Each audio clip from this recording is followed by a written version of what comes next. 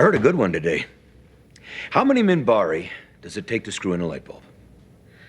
I don't know, sir. How many Minbari does it take to screw in a light bulb? None. They always surrender right before they finish the job, and they never tell you why. Oh. Knock, knock. Who's there? Kosh. Kosh who? Gesundheit. I thought that was a good one.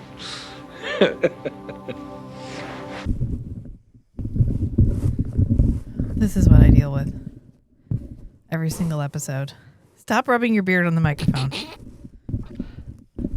The first time was an accident. Oh, no. This is how this is going to go. Are you ready? Stop. Okay. Hi, I'm Rachel. And I'm Kosh. No, you're not. Because we are all Kosh. What? That's not how the intro goes. You ready? Hi, I'm Rachel. And I'm Matt. And this but is we are all Kosh. a Babylon 5 podcast.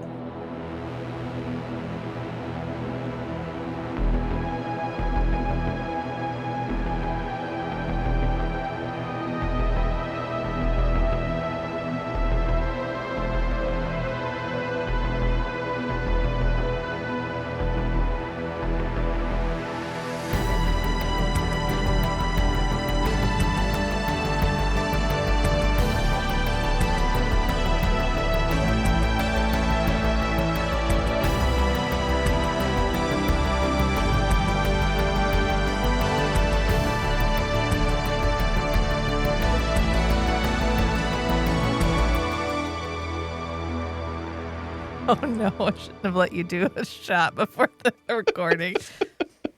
This one's gonna come out like That was instructions. Shh, I was just following orders. You're not supposed to disclose my role in this. Oh, okay. Yeah, completely my fault. Yeah. This one's gonna come out like a hot minute late. I know we were off last week, and I'm probably not gonna get this one out till Monday afternoon because we fucked off to Stratford, Ontario for the weekend to go watch a play because why not? I was like, let's go see a play. And Matt was like, okay. And so then we went and did that, which if you haven't been to Stratford for the Stratford Shakespeare Festival, honestly, you should. It's everything you want. It's high quality theater in like a small town setting. I don't know how else to describe it. It's a treasure is what it is. Yes. We saw The Winter's Tale, which I had never seen before, ever. I had no context. No information about A Winter's Tale except apparently it's a Shakespeare play. Well, it's one of his quote problem plays, and because it starts out super tragic and then it's a comedy for like a hot minute and then it ends happily, but also some characters who die don't get to come back. There's closure that is both comedic, serendipitous, and tragic. Well, luckily for the viewers, Stratford Festival records and releases recordings of their Shakespeare plays. So eventually you too will be able to watch this version of The Winter's Tale. And perhaps when it comes out on streaming, we should talk about it on Strange Beautiful Book Club. I think that'd be great. Okay, so I'm going to leave. Maybe even Garrett can get it. That's like a teaser. I mean, it would work because Garrett was in it. Right. As himself. He was in so few things this season. Yeah, that was it. Only that. Yeah.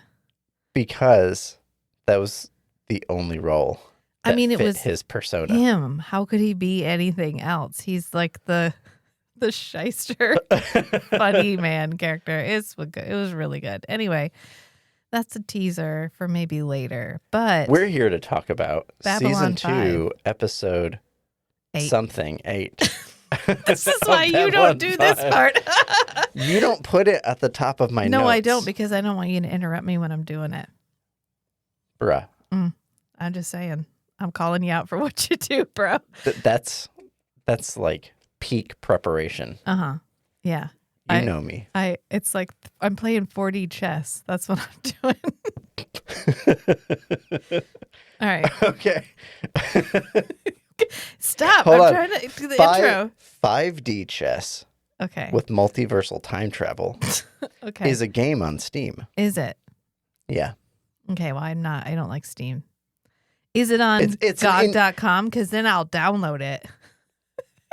Galaxy of Games Oh, is this lit. is an important moment. I found the game that has the rumor that spreads among the cucumbers. What is it? EVO. Evo. Was it for the Sega Genesis? It was for the Sega Genesis. Okay. I was right. And it is one of those cult classic video games that if you want to buy it, best of fucking luck, it's like $10,000 because it's an RPG where you start out as like a single-celled organism and you have to kill other things to get evolution points because Gaia has tasked you. Like a precursor to a mythical version of Spore? Yeah. And it's effectively an RPG where you move through the world by leveling up and you can pick you have to pick your traits and the goal is to eventually end up human. And I found a couple playthroughs on YouTube and I was like, hell yeah, that's it. So that's it. It was one of those weird Japanese, like, what if it was a little bit evolution, but also a little bit mystical, but also a little bit divine intervention? Like, can we make this work? And they were like, I don't know, man, code it. I don't give a shit. Because, it was like one guy named Carl who coded the entire game. Yeah. Anyway, we're going to talk about Babylon 5 now. Babylon 5, Season 2, Episode 8, A Race Through Dark Places. And a note on episode orders. You can either watch Soulmates as Episode 7, or you can watch A Race Through Dark Places as Episode 7, and vice versa. Because leading up to the Christmas break, they usually had a run of, say, like 6 episodes before they were going to go into reruns. Mm-hmm. And that's what they planned for. That's what they had prepared. And then they were like, hey, we have a lot of great momentum happening. We would really love it if you guys could throw another new episode in there when everyone else is doing reruns so we can capture some on audience. the broadcast schedule.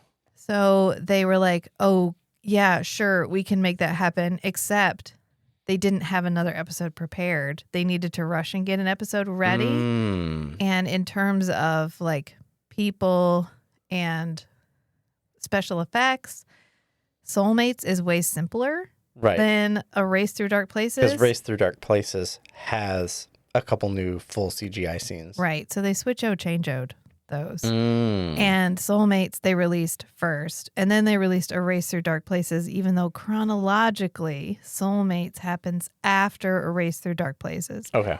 And I honestly think you can view it either way because either her ex-boyfriend, her ex-husband shows up and is a total shithead and pushes Talia closer to leaving the Corps so that when Bester shows up in A Race Through Dark Places, she's fucking over it. Mm-hmm.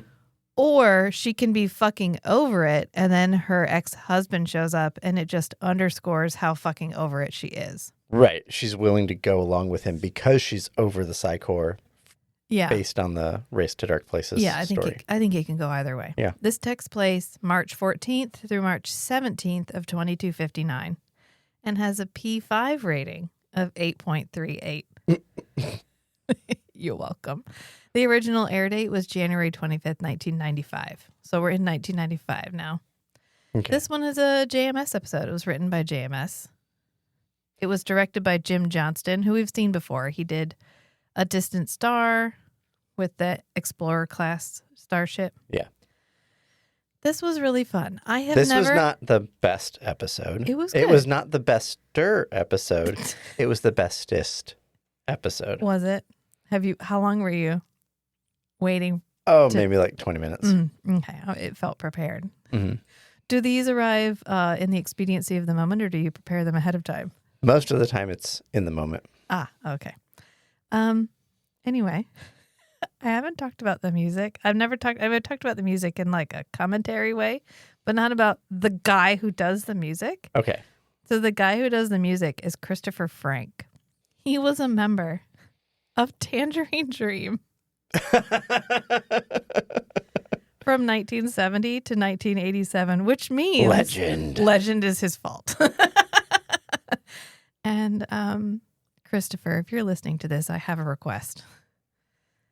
Can you take the music from the theatrical release and put it on the director's cut? I would really fucking love that, please. If anyone wants to know what I'm talking about, we did Legend on Strange and Beautiful Book Club. Mhm. And we did both the theatrical release and we did the director's cut because they're different movies. They have Right. an entirely different feel because one has fabulous 80s synthesizer music, but The theatrical release, right? the theatrical release. But horrible spoilers at the very beginning where we see darkness immediately and he for some reason is green and has glow in the dark nails and it doesn't make any sense. Or you can watch the director's cut, which is beautiful and cinematic and epic and has a womp womp. Much better narratively and visually. But it But- has an actual score. Like they got By an orchestrated Tangerine Dream, right? No. Oh, okay. Tangerine Dream does the theatrical release. Gotcha. The director's cut is an actual orchestra, which I get is supposed to be an upgrade, but it's an 80s movie. Be what you are, brother. Just let it Right. be. It's an 80s sword and sorcery movie. Go with the synthwave. Go with the synthwave. It works better because you're like, okay, it fits the overall vibe a lot better. Yeah. It doesn't feel like it's trying to be something really grand, which in certain moments works. And in other moments, it's Tom Cruise running around in a miniskirt. I Mhm. kind of want synthesizer. Anyway, that's beside the point. Apparently Tangerine Dream was originally considered a krautrock band because they were German Oh, and later transitioned to a new age band, which I thought was interesting. He left the band in 1987 and founded his own label called Sonic Images. And then he established a thing called the Berliner, bear with me, Film Symphony Orchestra, with all one word. okay. Germany. Please just make that German in your mind. So when he wrote and directed the music for Babylon 5, he would have the Berliner Film Symphony Orchestra do it. Okay. And they actually performed it in Berlin, and he listened in Los Angeles and would provide notes in real time for them to change and re-record it. Oh, like they did it over phone call or something? Yeah, Nice. through a digital relay. Mm. And he's gone on to do a bunch of shit. He did the soundtrack for Universal Soldier, Nice. the Jean-Claude Van Damme Mhm. military zombie movie. I don't know how you want to describe that. Yeah. He did That's all accurate. he did all the music for Walker Texas Ranger, which is going to be relevant in a minute, so hold on to that. He did the music for Tenchi Muyo in Love, which was the movie used to for watch Tenchi Tenchi Muyo. Muyo. Yeah, from 1996. He also wrote and composed the lyrics for Alchemy in Love, which was Alchemy of Love, which was a Tenchi Muyo song. He worked on Stranger Things. He worked on the Tommy Knockers. And he also worked on, and here's a connection for everybody, Fortress 2, Re-Entry, which is the movie that Sheridan's original wife was in with Christopher Lambert. Okay. I talked about it in the episode when we meet Sheridan's wife. And I said it had like an 8-minute long trailer, and that was the only thing playing on her IMDb page. And it was Okay. Fortress 2, Re-Entry. And it could have either been a fantasy or a sci-fi, or I have no fucking clue what the movie's about. Anyway, it felt relevant to talk about Christopher Frank at this point because he's actually responsible for the majority of the music that's happening on Babylon 5. Okay. And he composed every single theme song because every season has its own theme song, more or less.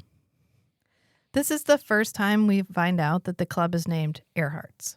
Yes. Not only does Ivanova call it Earhart's, but in the background, there's a sign that says Earhart's. So now we know the officers' club is called Earhart's. So this was interesting because at the very beginning, when Bester is torturing the telepath guy, Mm-hmm. he's like, who's your contact? Who did you talk to? And the guy's like, I don't know. None of us use names. And true to form, no telepaths in this entire episode get names except Bester and Talia. None of the Underground Railroad people have names. Yeah. Yeah. Good point. Yeah. So, Apesanahwat? Yeah, I'm going to spell that. Apesanahkwat is the guy who plays telepath number 1. He's the one with the braids. The First Nations or native looking Okay. guy. Yeah. He played in 3 episodes of Walker, Texas Ranger. Sorry. And 5 episodes of Northern Exposure. He wasn't really anything else. And then there was a guy named Brian Cousins who played Rick. I think Rick is actually one of the telepaths, and he gets a name, but I don't remember anybody calling him Rick. But he was Wade in a movie called Mandroid from 1993. Like Man Android. And he was also Wade in a movie called Invisible: The Chronicles of Benjamin Knight. I just thought it was Wade twice in 1993. He was in the Sentinel TV show. Do you remember the Sentinel TV show? I remember the Sentinel. In the category of TV shows that have not aged Cultural well. appropriation by a white man. I'll take 1,000. I'll take TV shows that could never be remade for 1,000, Alex, and that would be the Sentinel. Hey, what if we had this guy go to Vietnam and become the legendary protector of this tribe because he's a white man and he's really good at protecting indigenous people? How about that? Yeah. Oh my God. Terrible, terrible. At the time, I remember I was like, oh, cool, he has super senses because that's his whole shtick. Yes. But now I'm like, oh, that guy just, the 90s. He was also in Conan the Adventurer, the TV show, which I feel like TV show. the exercise of looking up these background characters and going through their IMDb pages has really taught me that in the 90s, we would turn any movie into a TV show. There was no rules, no gods. Everything could be a TV show. Yeah. Diane Delascio is telepath number 2. Okay. She played in Walker, Texas Ranger. I told you this would be relevant. And then Giannon Loeffler comes back. He actually was in A Voice in the Wilderness as a lurker.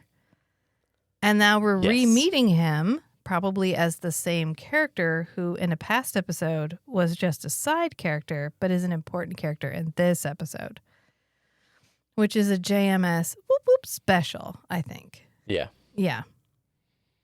He was a lurker in Chrysalis, actually. Chrysalis. And he was named Naba in Star Trek. Remember, we looked him up. Well, we knew he was in Star Trek just from knowing he was in Star Trek, but his name... Stargate? Thank you. This is why you should not have given me Shanky's Whip and Gin, which you called a Jinky.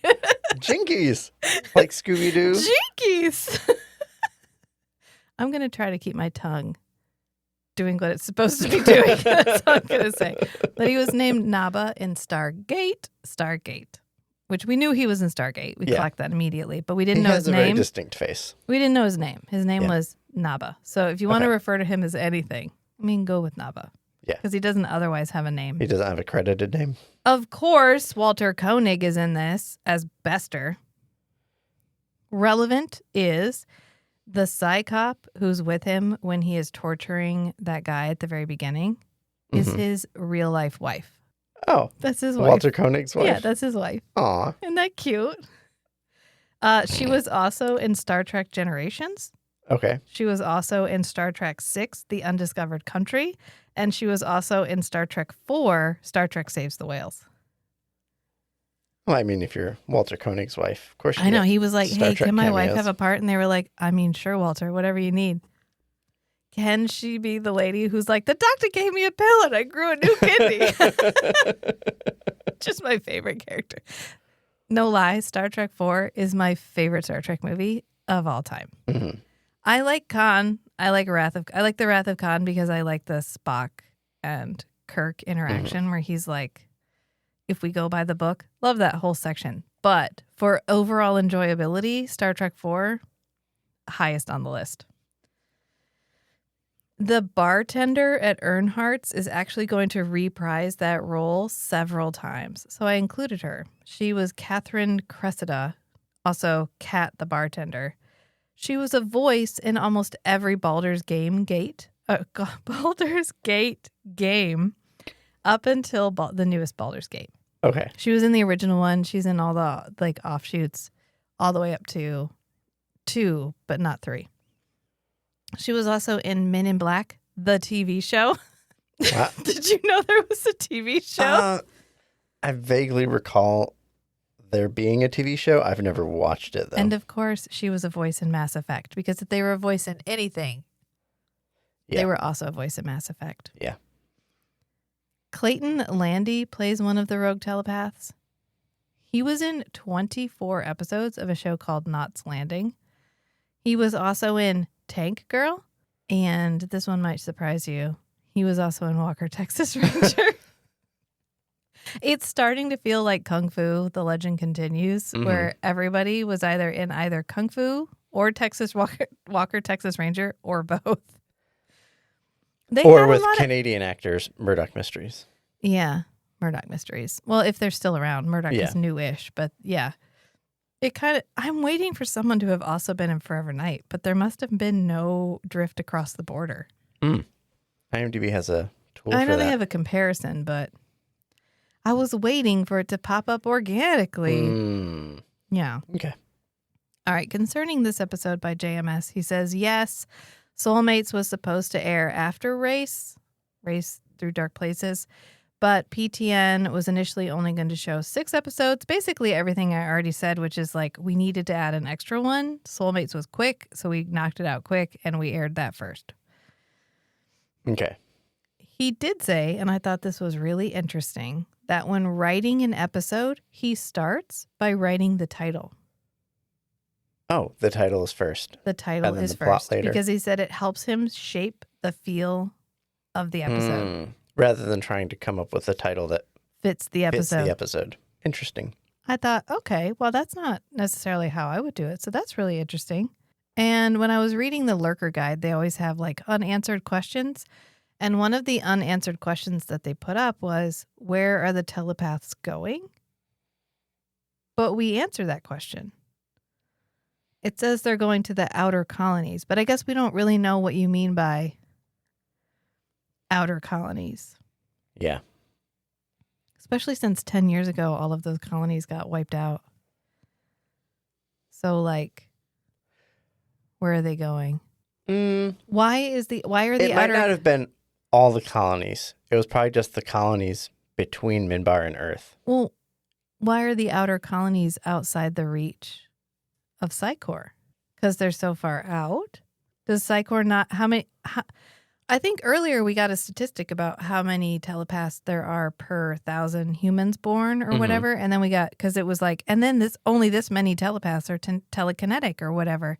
But I feel like we don't have a really good grasp of how many people are in Psi Corps.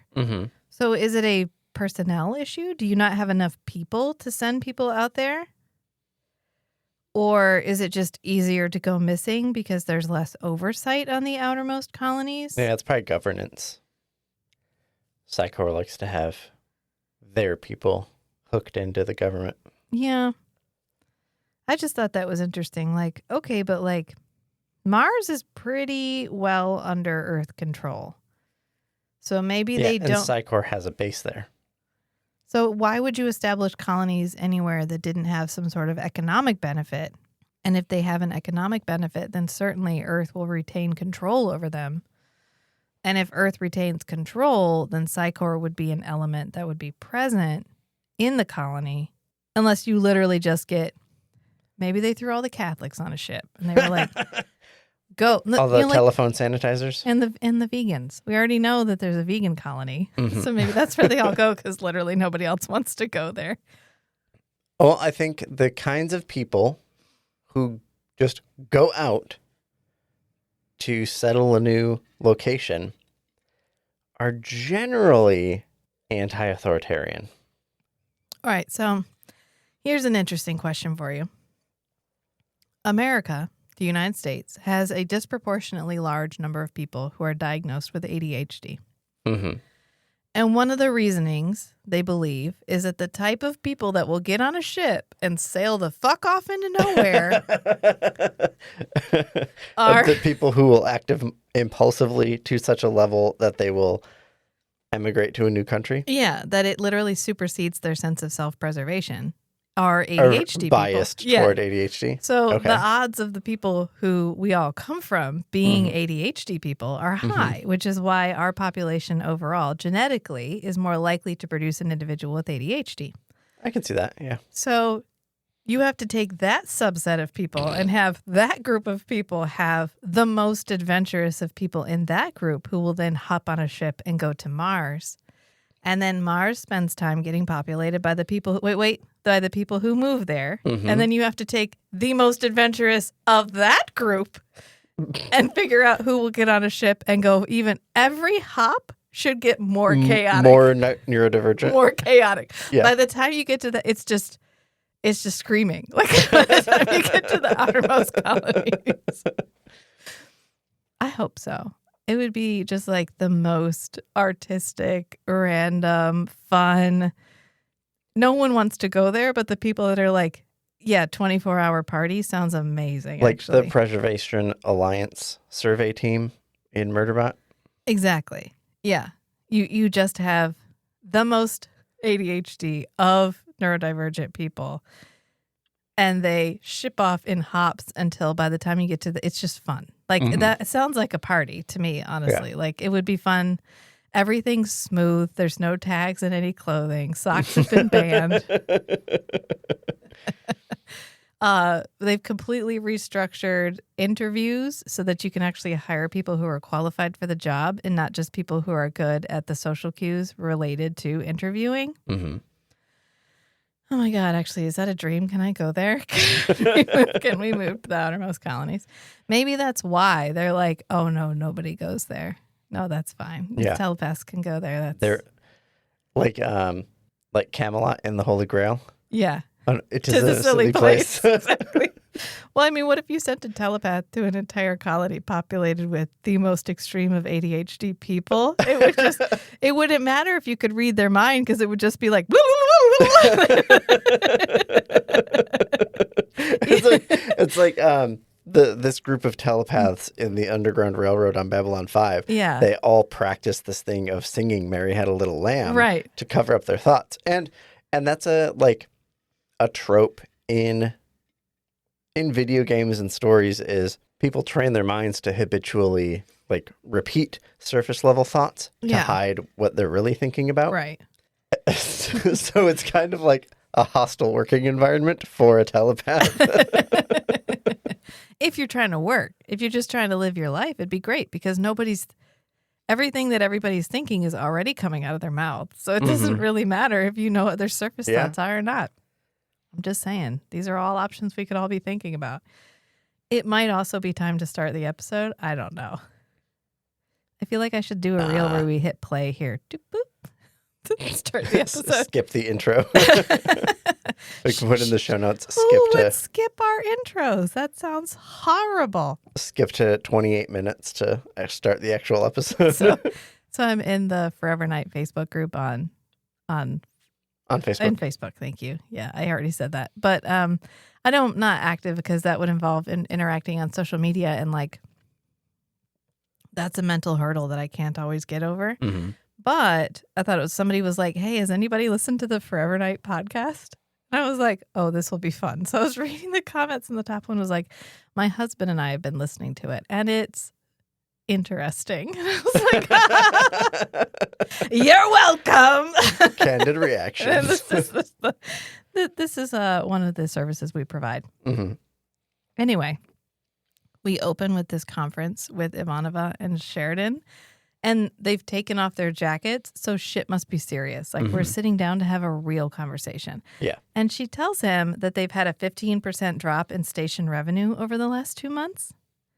And this is a great place to insert the discussion about government service versus business. A for-profit company, a business. Like when we always get on about how the USPS is losing money. Yeah, no shit, Sherlock, because it's not a business. It costs money to run a service. That we're paying for that service to be provided to us. It is not a thing that needs to generate revenue. Although it did until they were required to fund in advance 75 years of pensions, which was a ploy by some people to make the USPS not profitable because it was solvent. Right. So it makes it look bad because we can't actually critically think about the things we're being told. Right. before you can get before you can privatize a government service, you have to Make first it make fail. that service fail. You have to make it fail. Yeah, that's how that works. And anyway, we are blessed with the USPS and with Universal. Like, I have a house, so mail is delivered to my house. Regardless of how rural you Right. are. Yeah. Right. Correct. And anyway, it's just why does Babylon 5 need to make money is what the question that I'm asking. Is it not a service? Yeah. Is it not a service that's being provided? It's a way station for It's the like government. a Why does galactic outreach by the human civilization. Right. And if they're requiring, there's a couple of really problematic moments in this episode. This is one of them. Because if you're requiring Babylon 5 to make money, but they are also required to take on any military transports that pop up, and like, say a Explorer class ship shows up and is like, hey, bro, With the captain's old do-bro. And I need 2 years worth of supplies, and they have to shell out the cash to resupply the Explorer ship, and they don't necessarily get reimbursed for that. All that the EarthGov military has to do is start flooding them with military ships. If they want to undermine it. They want to undermine them, because then they won't be able to take on any commercial contracts, and now they're not making money anymore. Pre-fund 75 years worth of military resupplies. Just throwing that shit out there, okay? Just I'm gonna put that on the table as a real problematic moment where they don't have military dedicated docks, clearly. They have just the docks that they use for everyone. And so all you have to do is fill up all the slots. Yeah, saturate them, overload them with non-profit earning ships, and then you can bankrupt Babylon 5. Yeah. Anyway, Sheridan's like, oh my God, why the drop? And she's like, we've had a lot of military transports come through lately. It forced us to reroute some commercial traffic. Where are all of the military transports going? Why is there increased number of military transports, and where are they going? Well, that tends to happen when you get a more authoritarian government in place. Really? Yeah. Do you think maybe they're occupying colonies that are actually they start fine? sending the military into cities and things. Okay. Well, anyway, all art is political. She goes, it's only temporary. We should be getting back on track soon. And he's like, okay. Well, anything else? And she's like, yeah, there's just like this one other thing. Since we've been running at a deficit for a while, and he doesn't say anything, and she's like, really? I thought you had heard about this. Why are you not helping me with this? And he's like, I don't know what I have no idea what you're talking about. And she's I like, can sympathize. Yeah. So because space on Babylon 5 is a premium, and I'm going to stop you right there. Okay? Because I have personally seen people walk through giant empty fucking spaces in Babylon 5 in the last every single episode of the entire series. No, those are the box rooms. No, there's not even boxes anymore. The boxes have gone off on the military transports. They became sentient and they defected, okay? Mm-hmm. At one point in this episode, they walk into an empty room that just has water falling from the ceiling, which feels like a maintenance issue. Honestly, where's the water coming from? That water's not getting air.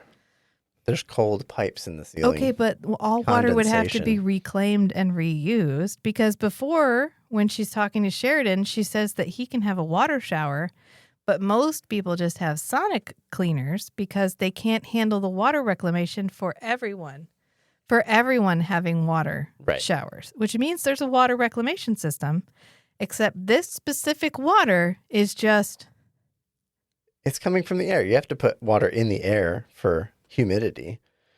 And they probably just didn't properly handle ventilation around cold pipes. And so it's condensing on the pipes and dripping. It's like a waterfall. It's not just dripping. It's like falling on a box. They really underestimated how cold those pipes were going to be. So it's a maintenance issue. We're back to what I said originally. So I want to call bullshit on space being a premium. That's what I'm getting at. And they have the largest quarters, so Earth either wants them to move to smaller quarters. They're trying to distract the leadership from their day-to-day duties by overwhelming them with trivial inconveniences. God. Is this fiction? It's just It a feels really apt metaphor. I guess. I just remember JMS saying, all things considered, I'd rather have been wrong. Mm-hmm. And so they have to start paying rent. And he's like, oh, wait, rent? And she's like, yeah, 30 credits a week starting immediately. And he's like, you mean us as in you and me? And she's like, yeah, everyone else is to code. Everyone else already had tiny little rooms, but we have big rooms. Because they're the two most senior leaders on the station. And he's like, oh, yeah, well, you can tell them to take a flying. And she's like, 30 credits a week, sir. That's not that much. And he's like, I don't care if it's 1 credit a week. I don't care if it's 1 credit a month. It's the principle. And she's like, the smaller quarters are really quite nice. And he's like, Ivanova, I'm not moving. I'm not paying rent, and neither are you. She goes, sir? And he goes, we can't let them divide us on this. It's wrong. We are on call 24 hours a day, 7 days a week, busting our butts for Earth, and now they want us to pay them for 5 extra fucking feet? And she's like, 7 feet. And he's like, whatever! I will go to down below before I pay them a penny. And you can tell those bean counters that they can go to hell. And Matt goes, ah, yes, Ivanova is the right woman for this job. If you want someone to tell someone else to go to hell. And he goes, and that goes for both of us. And she goes, yes, sir. And at this point, I thought to myself, am I Sheridan? Is that me? It's me. Oh, my God. I think Sheridan is a Sagittarius. I'm going to say it right now. Strong sense of justice. Yes. Yes, I think Ivanova is a Taurus. Stubborn, mulish, dedicated, loyal. Mhm. And I think that Sheridan is a Sagittarius, dedicated to the adventure, fiercely independent, and also highly emotive and combative when challenged.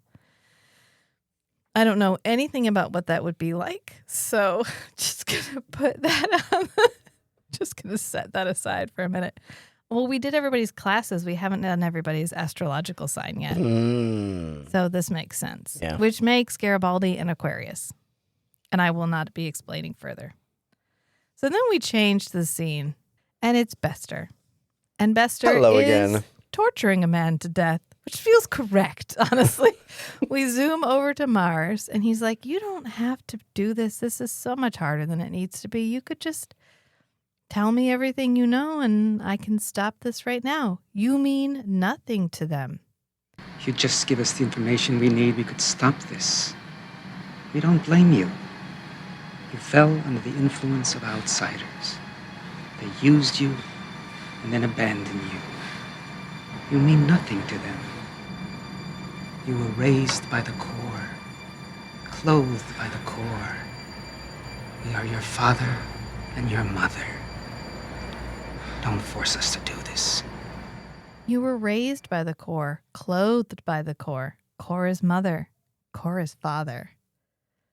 Don't make me do this. Totally not a cult. Definitely not a cult. Don't make me do this. We know there's an underground railroad. We already know all the information. We know you were giving them data. I just need some names. The don't force us to do this feels very unparent-like. Yeah. Don't make me hurt you. If you don't stop crying, I'm going to give you a reason to cry. It's 90s parenting. It's 90s parenting. Thank you. Exactly. So I guess if it's... This is not conscious parenting. This is, just 90s, unhealed. My parents were boomers. I've had a stepfather tell me, I'll give you something to cry about. You probably had a stepfather tell you any number of things. One of them. One of many. The Corps is mother. The Corps is father. He goes, I don't know. We never use names. And he's like, it's okay. I don't need their names. I just need to know where they're going. There has to be some sort of central location for the Underground Railroad. Obviously, Bester has obviously not heard of like cell structures for subversive groups. Well, lucky for him, neither has the telepathic Underground Railroad. Yeah. And so he starts singing Mary Had a Little Lamb, which we reference later. And it's just to kind of flood his surface thoughts so that he won't be able to pick anything up. Mm-hmm. And then he kills him. Yep. Yeah. And this section is dark as shit, honestly, because he kills him with a mind wipe, which implies that Bester can kill anyone Oh, yeah. with his mind. Mm-hmm. And then he does this thing, which this is a dramatic moment. I don't want to lighten the moment, but he does this thing with his hand. And I think it's supposed to be like, oh yeah, I caught it. Like it is in my hand, this information. But he makes a jerk off motion with his hand. He's like, Or he's shaking dice. It could be that. It could also be dice. Mm-hmm. I feel like both of us are correct at this moment. And then he opens it and he goes and blows like Blows on the dice. all we are is dust in the wind. No, I think it's like, okay. haha, I've caught the thing. He was betrayed by his final thoughts. Porn. No, I mean Babylon 5. Babylon 5. That's where everybody's gone. And then we cut to the intro. Intro happens. Boop, boop, boop. Then we come back and it is Dr. Franklin and Sheridan and they're in Earnhardt's. I don't know what Sheridan's complaining. Are they at a buffet? I'm not sure what they're doing in this moment. But he's like, I'm surprised Dr. Franklin is not imposing a nutrition plan. Well, Dr. Franklin's like, are you sure you know what you're doing? And he's like, oh my God, yes, I totally do. Those paper pushers back home probably figured that since I'm new here, I'm just going to fucking bend over and take it and they're going to get what they want out of me. But that's not how it's going to go down. Are you sure you know what you're doing? Oh, absolutely. Those paper pushers back home probably figure that since I'm new here, I'll go along with this whole rent idea just to make everybody happy. Yeah, well, that's how it starts, believe me. They nibble a little bit here, a little bit there. Next thing you know, you're not even in charge of your own command anymore. No taxation without representation. Give me liberty or give me death. Abso-fraggin-lutely. Bunch of butt-scratching, hand-wringing, penny-pinching, let's stick it to the new guy pinheads. All of them. 30 credits a week. I say let them cut back on those expense account lunches, then come talk to me. Right? Right. Yeah, you're right. No taxation without representation. Give me liberty or give me And Dr. Sheridan goes, abso-fraggin-lutely. And then he looks at him for a minute like, were you fucking with me? But then he's like, never mind, I'm going to roll with it. He's like, bunch of butt-scratching, head-wringing, hand-wringing, penny-pinching pinheads. All of them! Okay, so I thought we would maybe get one of the, like an Earth Alliance or Earth Force like accountant coming on and have them be like smoking hot right after this line. Why? Oh, just for the contrast. So it can be like of him having this prejudice about what the pencil pushers look like.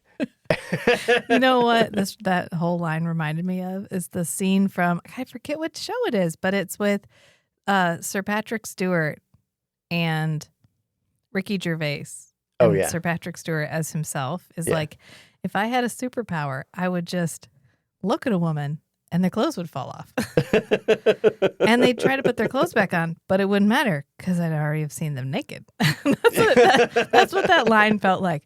And then we get an accountant and she's super hot. Right. And everybody's mad that they were mad at her because she's really hot. But they have to keep being mad because they were already mad and they can't And stop being how mad. hard just 'cause can they she's hold hot. to their principles in spite of the halo effect? Yeah. Well, to introduce another hot woman into this episode would detract from the other hot woman plot line that happens in this episode. But Dr. Franklin is like, it's only 30 credits a week. And that's real rich from a guy who once killed a child because of because of his principles. Yeah. Yeah, it's only 30 credits. Okay, well it was only Sean, Dr. Franklin. It was only Sean. It was only one child with a preventable death. I know. Dr. Franklin, a single tear starts rolling down his cheek and he has to leave the room. Okay. What does 30 credits a week map out to? Like what's like 120 a month. What is the purchasing power of 30 credits? Oh, I have no fucking clue. Is it like... They seem to is it feel like it's not very much. One meal?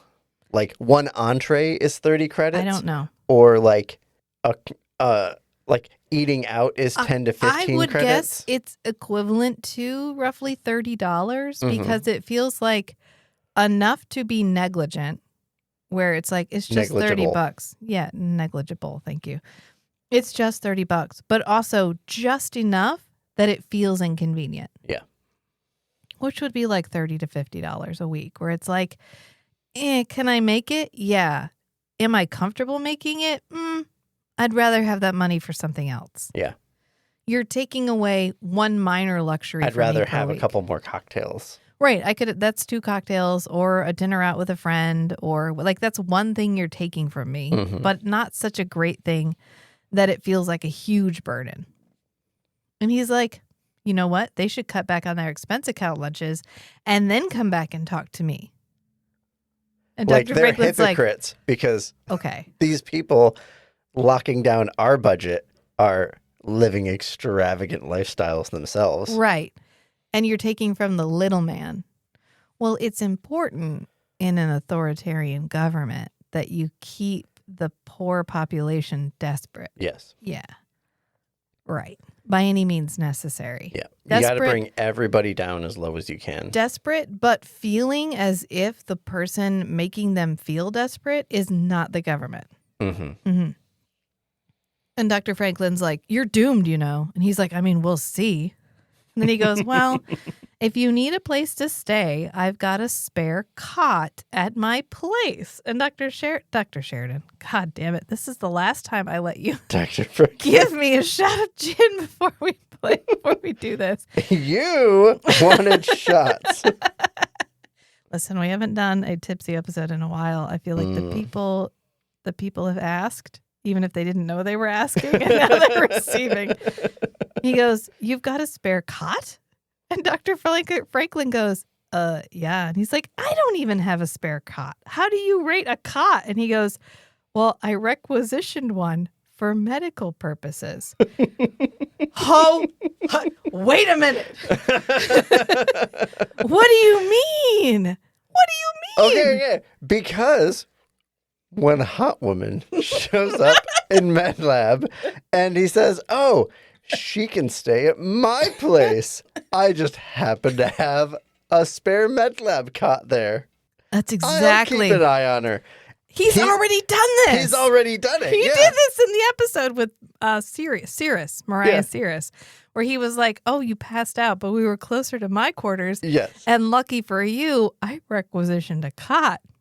I don't have it set up because you're going to sleep in my bed. But if you wanted to, I have a cot. Ostensibly, I can always say, oh, yeah. Wait. If somebody says, where is she sleeping? Oh, I have a spare cot. He didn't actually say she was sleeping in the cot, right? How did he word that requisition? I need a How spare... did Sinclair get steaks? Well, Sinclair just ordered steaks and paid for them. This is different. Right, but he has to write a justification for it.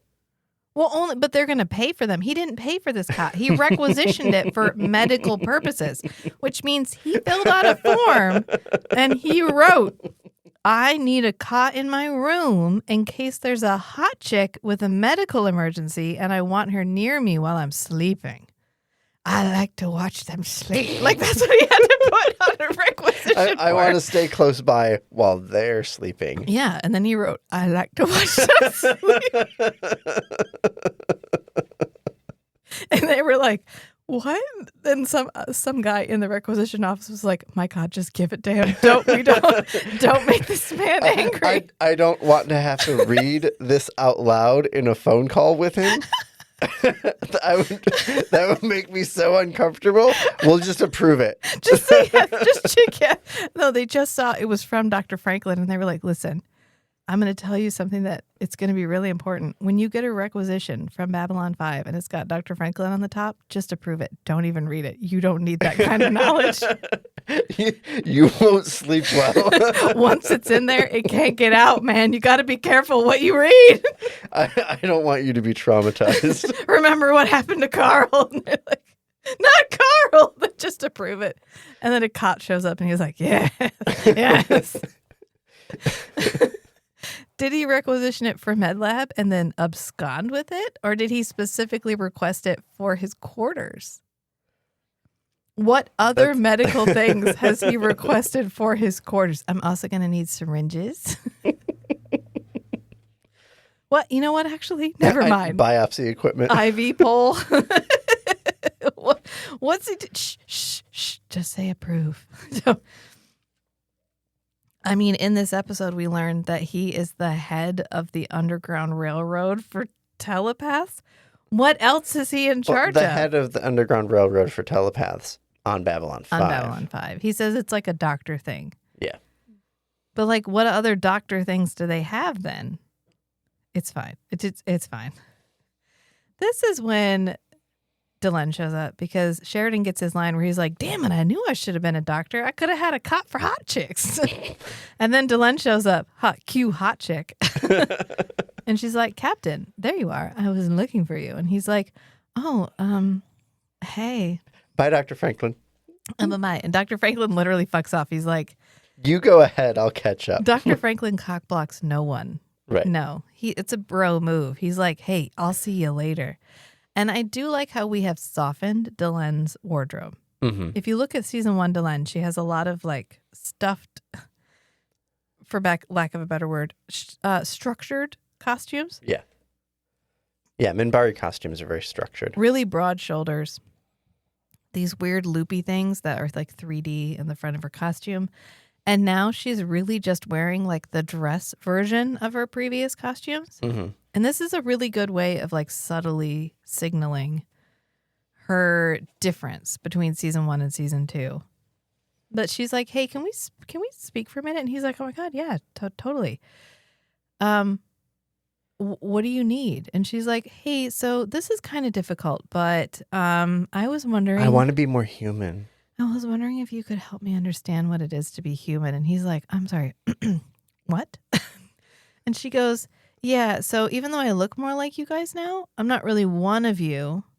And I'm in my ovulation phase right now. So I really need some male company. And he's like, oh, yeah, like, okay.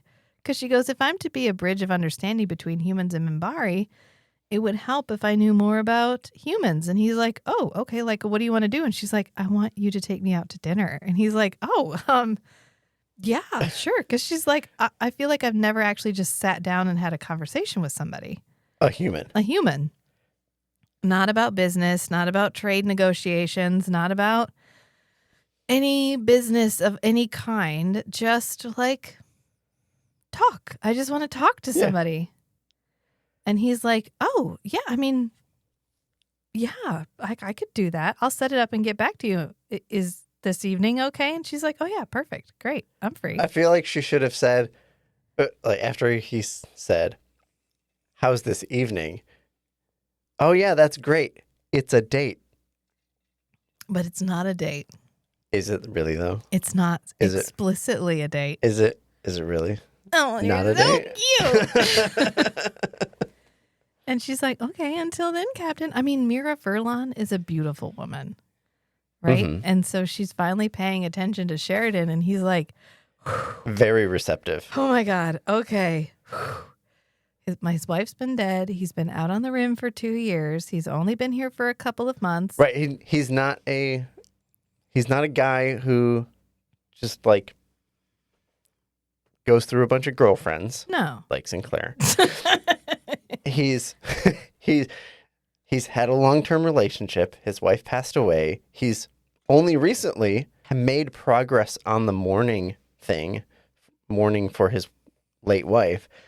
And now like he's on a really good character arc to like finally be ready Yeah. for exploring a new relationship. And But right they're on just going to time. be friends, right? Wink, She wink. just wants to know more about humanity, right? This isn't about them having any kind of a romantic arc of any kind. That's No not way. what we're saying at all, because that would be a spoiler. And this is only the first date night. I know. Oh, anyway, we're going to get there. We're going to get there. Because he's like, oh, wow. Okay. Yeah. And she leaves and he goes, oh, one day they're shooting at you. The next day they're taking you out to dinner. What a universe. And then we get a call from Babylon 5 Control because... Announcing Bester. Yeah, Bester's here. Hey, that Bester asshole's here. And he's like, oh, yeah, okay, roger that. He has not had any previous interaction with Bester. Sheridan has not. No. Right. Sinclair has a history. Garibaldi has a history. Ivanova has a history. Sheridan's fresh. He doesn't know how much he hates Bester yet. But time will tell. Because we come into like a little conference that they're having, and it is Bester and Talia and Sheridan and Ivanova and Garibaldi. And Bester's like holding court, and he says, you know, for some time now, we've been aware of an underground railroad smuggling unregistered telepaths away from Earth to the outer colonies, which is when they tell you where they're going, where the Corps can't reach them. And I was like, wow, how fucking far out are we talking about? But I think we solved that problem in the opening. And he's like, okay, yeah, Ivanova goes, I don't see a problem. What's the problem? I don't. Oh no, are telepaths slipping through your fingers? Oh no. The more you tighten your grip, Bester, the more telepaths will slip through your fingers. Bester goes, the problem, Commander Ivanova, is that unregistered telepaths are a security risk. It kind of sounds like they aren't because they're fucking off to the outer colonies where even the Corps doesn't exist. Right. How much of a security risk could they be?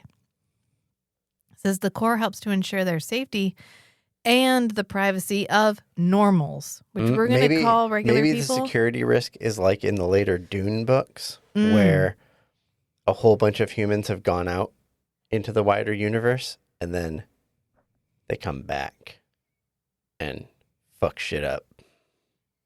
Okay. We're going to get there because now that we finished the Dark Tower, almost, we have one more Dark Tower book. It's time to finish Dune. Time to finish Dune it. We're going to be Dune. Done with Dune? Done with Dune. I don't know if we're going to just do the 3. If we're going to go back and read 1, 2, 3, 4, 5, and 6. We'll figure that out. Stay tuned. That was an ad for Strange Beautiful Book Club. We got contacted again about a sponsorship opportunity. I wanted to be like, bitch, I can't even advertise for myself. You think I'm going to advertise for you? I'm kidding. We could probably throw some ads in, but like, you love us. We're free. Kind of. Actually, we got a new Patreon member. I meant to say, Woohoo! Thank you, new Patreon member. I'm not going to say your name because it puts your full name on there. Sometimes people have a username. Sometimes people put their full name. So I'm just going to say, you know who you are. Thank you. We appreciate you.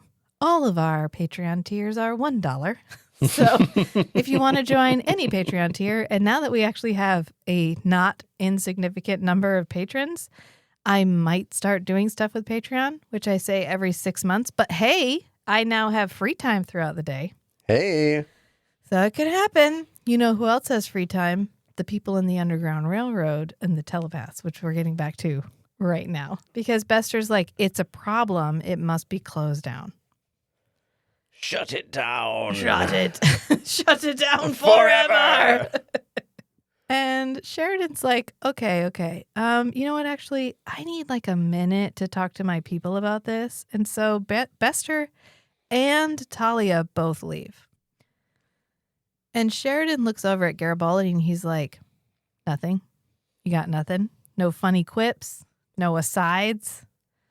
I fucking hate that guy. No grunts? No nothing? Is he right or isn't he? And Garibaldi's like, I mean, technically, yeah, I guess. And we're obliged to uphold the laws of Earth Alliance. Doesn't mean we have to like it. Want to agree that has nothing to do with it. The law is the law. That's damn ironic, isn't it? The Corps got started because we were afraid of telepaths. Now they're victims of our own fears. And we took away every right they had and shoved them into a big black box called Psi Corps. Now look at them. Black uniforms, jackboots, giving orders. Some days they scare the hell out of me. Yeah. If you ask me, we created our own monster. And And maybe we deserve it. This is a slight departure from the Garibaldi that last met Bester, Right. but Garibaldi's gone through some shit.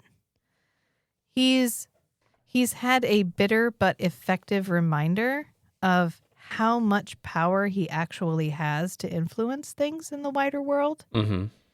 And so I think it's more like maybe I'll get along to get along right now so that I can do what I need to do. Stay later. around to help people out later. He's had a big maturing moment. Yeah, I'm not going to do something impulsive in the moment that undermines my position in the future. Right, because like the last time he saw Bester, he was literally envisioning him getting hurt to the point where Bester was like, anatomically impossible, Mr. Garibaldi, but you're welcome to try. Yeah. And this time, nothing.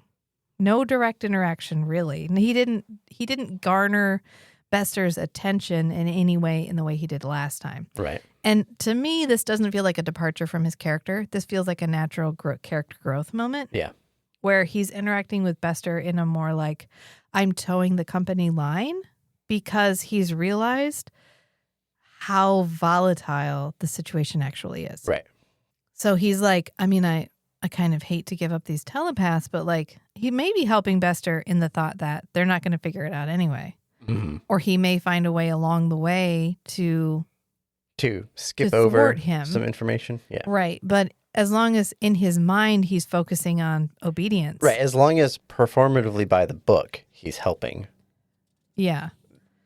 With plausible deniability. Right. Because he doesn't even say anything specifically about the telepathic underground. He's like, I mean, if there's some kind of illegitimate travel going through here, then it is a threat to station security.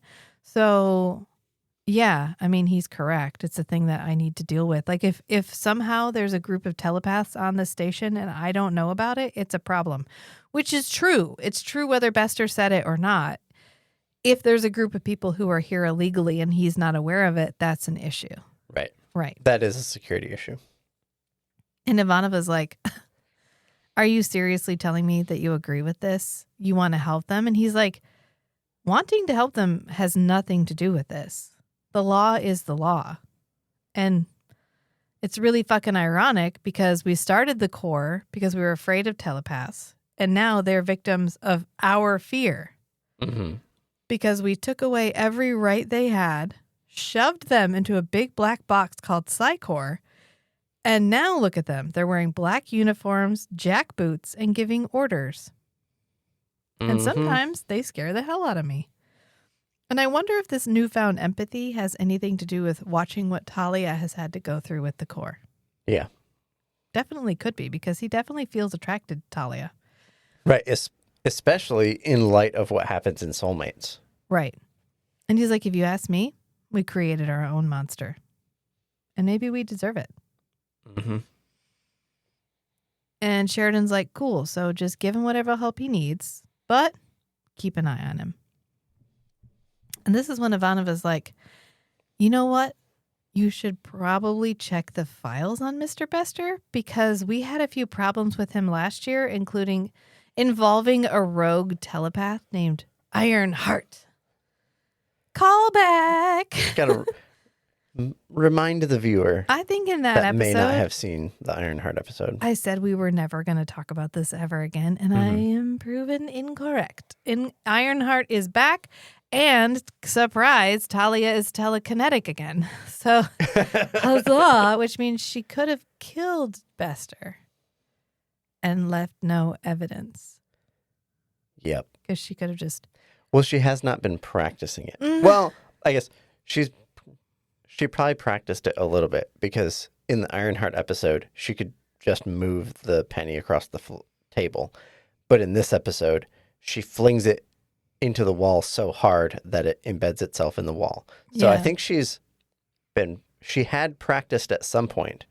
I don't know if she's practicing things like pinching someone's aorta inside their body. She could stab him with a needle. Yeah. Yeah. Anyway, Ivanova goes, you may want to find out a little bit more about who you're dealing with, which just shows how well she's gotten to know Sheridan, how well she knew him, and then how well she's gotten to know him, because all she has to do is imply that There's some secrets. there's secrets, and I put ding ding. You have pushed the correct button. Sheridan even looks like secrets. You say, how many secrets? How deep? I shall find out. You had my attention. Now you have my interest. And then we cut to Bester and Talia, and Bester's like, I think they're gonna do what we ask. And Talia's like, well, I mean, you sound real sure of yourself. And he's like, oh, I am. She's like, did you scan It's a them? character flaw. Did you scan them? And he does not answer the question. He goes, You know it's against the rules to scan people. oh, that would be against the rules. And she goes, are you scanning me? And he's like, you'd notice. Still not a yes or no answer. She goes, not if it was just a surface scan.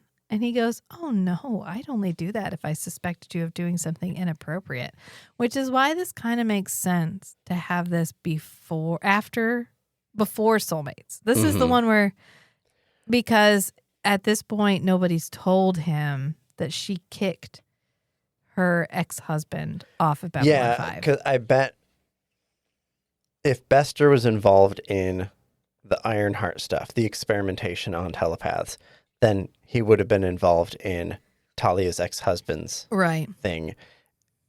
And when the Psi Corps reclaimed him in Soulmates, Bester would have known that Talia was Yeah. being Uncooperative. uncooperative. Yeah. Yeah. Yeah. And he's like, I mean, though, are you? And she's like, no, of course not. I am totally loyal to Psi Corps. You have nothing to worry about. And then he hears in his voice, murderer. Because Bester's always scanning. Well, it feels like that part in The Lord of the Rings when Gollum is talking to himself. And he's like, murderer. Yeah, Is that just something that's going on in Bester's head at all times? probably. You kill people, bitch. You're a murderer. Murderer. What? Is that somebody else saying that to me? Because I love myself. And she's like, what's wrong? And he's like, you didn't hear that? And he tells her to drop the walls, listen. And she's like, yeah, I don't hear anything. And he's like, oh, they were here though. Écoutez, Talia.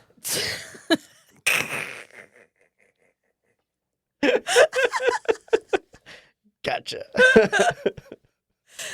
Can't bring Nigel into this right now, sir. Anyway, listen to our Forever Night episodes. I was right. They're here. They could have just not said anything, and he would have been Well, like, I don't know. they were not sufficiently suppressing their thoughts. Well, I guess they are untrained. They didn't. Yeah. Some of them didn't go through the core. Yeah. And then we go to the telepathic Underground Railroad and all the group of telepathic people, which I feel so conflicted calling it the Underground Railroad because, I mean, I get the gist, but I feel like we could have thrown a line in there that was like the Underground Railroad and then called it something else instead of co-opting the phrase Underground Railroad. Yeah. I don't know. It's fine. It just means a pipeline out, a way out, a secret path out. And it's the telepath guy who saw Bester, and he's like, I saw him. I fucking saw him. And they're like, did he sense you? And he's like, I mean, I might have screamed murderer at him. But I don't know. And he stopped and was like, did you hear that? But like, it could have been anything. So like, yeah, probably. I probably really just gave away our I think he's onto us. I just gave away our entire fucking operation. He goes, I don't know. Maybe. And they're like, okay, fine. This was going to happen sooner or later. All we have to do now is warn the runner and get the hell out of here. Is Dr. Franklin the runner? Is that who the runner is? I think that We fits. don't get any other context for who the runner Yeah, we don't might refer be, to the so. runner again. And they're like, Bester's going to try to stop us, so we don't have any choice. We have to kill him. I mean, go off, bro. Kill Bester. I don't think anyone would care. Except I would be sad to not see Walter Koenig again. Yep. And this is when we cut to Date night. A slightly less life or death situation. Kind of. Because Delenn shows up in a beautiful fucking dress with her hair did. No eyebrows, but that's cool. Like, it's fine. We haven't invented microneedling yet. She can't like draw that shit in. But she looks really good. This is a really interesting moment because up until now, up until really the end of season 1, and then for part of season 2, she hasn't been in it very consistently. Mira Furlan has had to play this very stoic, very severe, very dramatic character. Yeah. And then we are now asking her to be soft and feminine. And And she can deliver. You know what I fucking love about Delenn? And I'm gonna say this. Okay, What's so I had this conversation with my friend earlier about how I have a lot of problems with romantasy.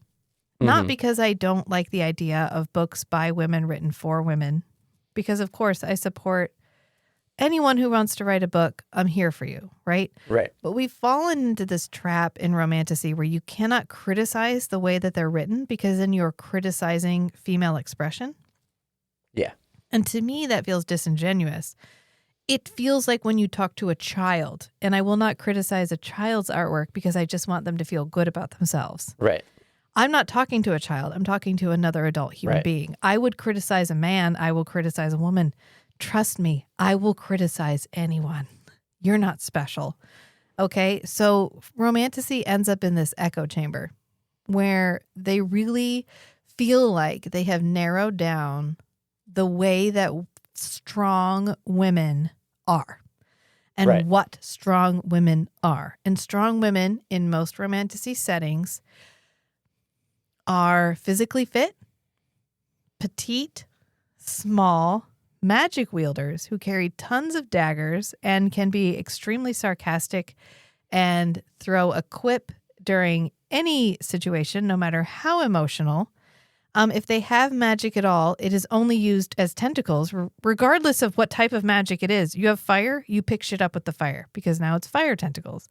You have shadows, now it's shadow tentacles. It's this very... They're all the same character. Mm-hmm. And so it felt to me like in Pride and Prejudice, when Mr. Darcy is describing an accomplished woman, and he lists off this really long list of things that are an accomplished woman. She has a knowledge of language. She can draw. She can embroider. She can compose music. She can have, this overly exaggerated description of what a accomplished woman feature list. is. Yeah. Right? So Jane Austen got it because immediately Elizabeth, the secondary character in the room, is like, no woman is like that. The fuck are you talking about? She's like, oh, that would be a formidable thing to behold. I've never even met a woman like that. Yeah. Because Jane Austen knew that to say only a perfect woman can be a valid woman is dumb as fuck. Okay? Right. Delenn is a very good example of what you can do when you have a female character who is not constrained by patriarchal views of what a perfect woman must be. Right. A lot of romantasy female characters are still playing into the patriarchal archetype of a woman must be better than, more perfect than, greater than in order to be valid. Right. She must be beautiful and strong and powerful and a leader and able to fight and able to take care of herself, but also must be saved by a big, strong man, must have a big, strong man in her life that she is attracted to and who will pick her up when she is weak and blah, blah, blah, because you can only be strong until you need a man, right? That's what a beautiful, strong, powerful, independent female woman is like. Yeah. Delenn is actually a really good female character because she gets to be beautiful and powerful, but she also gets to be beautiful when she chooses to be, but also naive and Yeah. curious. Yeah. And her curiosity and non-judgmental. Her curiosity and her like willingness to admit what she doesn't know doesn't actually undermine her strength. Right. It is part of her strength. She doesn't have to be stubborn to the point of stupidity. She gets to be curious. She gets to have weaknesses because she has knowledge gaps. She has skill gaps, And that's okay. Because she's not omniscient. Right. And it's not like I'm working to fill those in because I have to be strong. It's like, ooh, great, cool. A thing I don't know. I would love to learn this thing. Mm-hmm. Anyway, that is my treatise on, I love Delenn. Because Delenn is an incredibly powerful character, an incredibly powerful female character. And yes, she's ultimately going to end up with a love interest, a male love interest, but they are equal partners in the endeavor going forward without spoiling anything. Not, she is a woman that needs to be rescued. Right. She doesn't lose all sense. Once there's a man in her life. She doesn't disappear behind him because he's so much bigger and powerful and more strong than she is. Yeah. And I love this about her, like a lot, because she's beautiful in this moment, but she could also cut a bitch. Like she could probably she could also turn around and order the Minbari government to destroy whole planets. Like she holds multitudes, and I love this for her. But she can also be weak and curious and naive and unsure of herself. And that's okay too, because it turns out women are people. I don't know if you knew this. And that means that you get to do lots of different things. Yeah. And it's not just present a strong front. Anyway, I love this moment. I love this whole section because she walks in and she looks amazing and everyone falls silent. And Sheridan walks up to her and he's like, oh, I mean, hi. And she's like, oh, I really thought if I was going to be human, I should dress like one tonight. I really hope that doesn't offend you. And he's like, oh, no, not at all. It's really attractive. Hang on just a minute. Just his pants. Please, sit down. And then he looks over at the guy next to the table and he's like, is there anything I can do for you? Because there's a guy staring directly at her. Yeah. And even though she lets him step up in this moment, it doesn't undermine who she is. I'm sorry. I'm going to let it go. But like, we are caught up in the idea of portraying a strong woman without realizing that you just have to portray women. You just have to remember that women are people and men are people. And if you just have a female character who is a whole person, that's okay too. Anyway, she just goes, it appears my choice was successful. The woman who sold me this told me that it would definitely turn heads. And he's like, oh, yeah. If they turned much further, they'd be sued for whiplash. You'd be sued for whiplash. And then she's like, oh, okay, well, like, what should we get off the menu? And he's like, honestly, I have no idea. So they hold the menu up so they can look at it together. It's really cute. I don't think we've seen Sheridan at, is this Fresh Air? This must be Fresh Air. Yeah. But he's like unsure of himself. Yeah. He's like, oh, yeah, I guess we can pick something off the menu together. That would be great because he was not expecting this. And he's on his back feet, on his hind feet, as you would say. So then we cut to Earnhardt's, and it is Garibaldi going to talk to Ivanova. And this whole section's pretty funny for several reasons. One, he walks in and he's like, hey, I have some business. And she's like, business? You owe everybody drinks because you can't talk about business in Earnhardt's. At the officer's lounge. And he's like, whatever. oh, I was really hoping to keep this on the QT, which I had to look up because Matt had never heard that phrase before. Would just add on it the to DL. Add it to the book of things that I knew of phrases that are so old. I knew them, but you don't because your parents and my parents and your grandparents are the same age. Right. Which is what happens when you have kids having kids. And well, you're the youngest child of a youngest child, and I'm the oldest child of an oldest child. Yeah, your mother had you at like 20. My mom had me at 37. So that's what happens when your parents are different generations. So he's talking to Ivanova because he's like, okay, tell me about the Underground Railroad. And she's like, I don't know anything about that. And he's like, I feel like everybody assumes Ivanova's in on it. Yeah. Which is why she's so chill. Garibaldi. That's why she's so chill about it. She's like, oh, you're so cute when you're worried about investigating somebody close to you.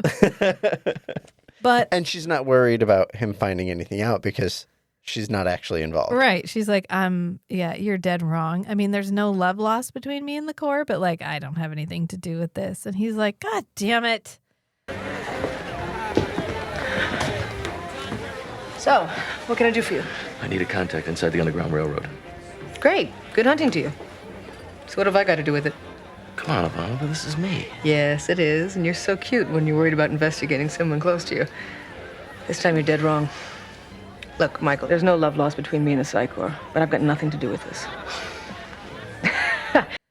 And then he says, for an operation of this size to be going through Babylon 5, there has to be a man on the inside. And I wanted to be like, I mean, honestly, probably not. Probably not. Probably not. No, it'd probably be all right. I mean, I feel like at this point we've seen so many large scale. I mean, they snuck an assassin, like a mind controlled. You had a box with a dead body in it in your cargo hold for who knows how long, and you didn't know.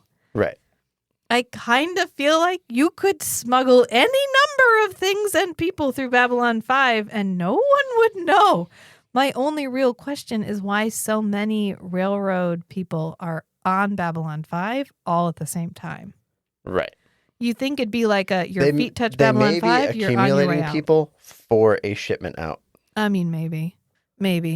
But she's like, honestly, I'm less concerned about telepaths and more concerned about just having a drink and going to bed. And he's like, oh yeah, that's about that. That's the other thing I was here to talk to you about. And then we cut Back to the date night. And it's him coming back, us coming Finishing back, a joke. and finishing a joke. My favorite thing. He's like, oh yeah, then we just cleaned up all the debris, and I told him, Mac, if you ever bring that cat within 15 feet of me again, I will bring you both up on charges. And Delenn goes, oh yeah, on Mimbar we don't have cats, we have gawks. After we cleaned up the debris, I told him, Mac, if you ever bring that cat within 15 feet of me again, I will have you both up on charges. We do not have cats on Minbar. We have gawks. Gawks? Gawks! I think such creatures are an attempt by the universe to make sure that we never take ourselves too seriously. To make sure that we never take ourselves too seriously. And I feel like this is an important part to interject that JMS is a cat person. Ah. He had cats growing up Okay. several times, but every time they went to move, his dad would kill the cat. What the hell? He said he didn't realize it growing up because his dad would always tell him, if the cat is here when we get ready to leave, you can put the cat in the car and he can come with us. And so one time he was like, oh, yeah, the cat fell asleep behind the car. And when I backed it up to load stuff into it, I backed over its head. And so it had crushed the cat's head. Well, he just killed the cat. And then another time he fed it rat poison and JMS had to hold it while it died. Wow. And then he said, as an adult, he was going through a really tough time. Mm-hmm. And he came home to his house. It was right after his wife had asked for a divorce. And it was very amicable. It was fine. He was like, okay, well, I agreed to take care of you for the rest of your life. And I told you you'd never have to work again. And I'll honor that. And so he's continued to take care of his wife financially for the rest of her life. Mm-hmm. So they're parted, but they're not parted in like it wasn't a huge dramatic blowout or. Right. That's not what was bumming him out. There was other things happening. And he said he came back and he heard a kitten from like the culvert in his front yard. Mm-hmm. And he was like, oh my God, there's a kitten down there. And so he hired somebody to come and dig up the front yard to get down to the culvert to break it open so he could get in there. And he pulled the cat out. And I think he named it Pipe or something. He named it something related to. And he said they were together for 15 years. Aww. So he finally got his cat and he got to be with him for his whole life. The cat's whole life. And it reminded me of the part in Door into Summer, in Robert Heinlein's book, Door into Summer. Okay. And most of that book was fine. It was good. It was interesting. It was sci-fi. It was fine. But he has a cat. And he's really dedicated to this cat. And he has this whole part where he says, one of the worst things you can do to a cat is betray its trust. because cats believe that you will take care of them. And the worst thing that you can do to a cat is prove them wrong. Yeah. Is teach them that the world is not as kind as they think it is. And I think about that a lot. Anyway, he goes, you know, it's funny. When I think of Mimbar, I don't generally think of them laughing. And she's like, oh, okay. And he goes, so is that part of the change you've gone through? Like, is that why you're funny now? Or No, what? no. We're a private people. Yeah. She's like, we believe that no race can be truly intelligent without laughter. In Temple, we spend one whole year just learning how to appreciate humor. And I wrote, because otherwise, yeah, we can't take a joke. Takes a whole year to learn humor. And I thought, okay, all right, because we know Londo loves to laugh.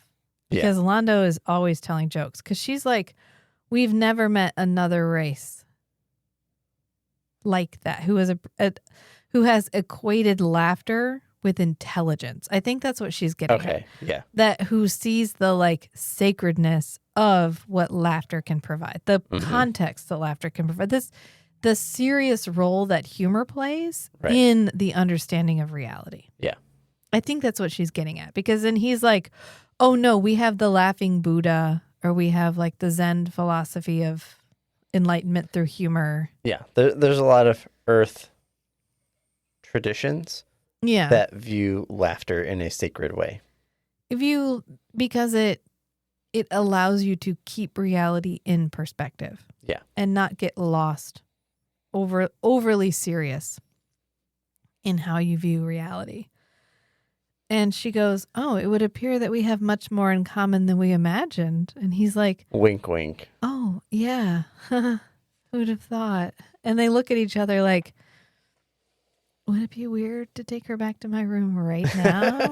Or I wrote, someone better catch Sheridan because he's falling. Oh, that's a good one.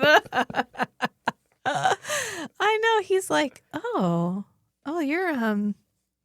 you're a far more interesting person than I would have immediately. It's interesting narratively because it's not love at first sight. It's not attraction at first sight. It's literally like, as I get to know you and realize how valuable of a person you are and how much of a connection we really have, I'm falling more and more for you. Yeah.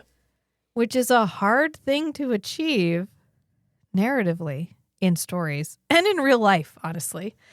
So it's interesting that's why fated mates gets thrown around so often.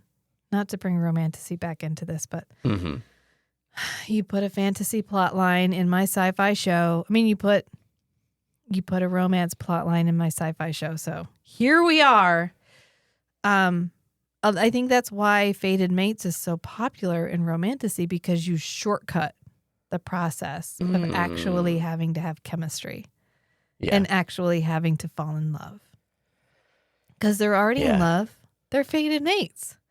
Whereas Delenn and Sheridan are not fated mates. They're just two real people who get to know each other and are like, wow, I think we could make this work. We work really well together. You're hot. I'm hot. We could be together.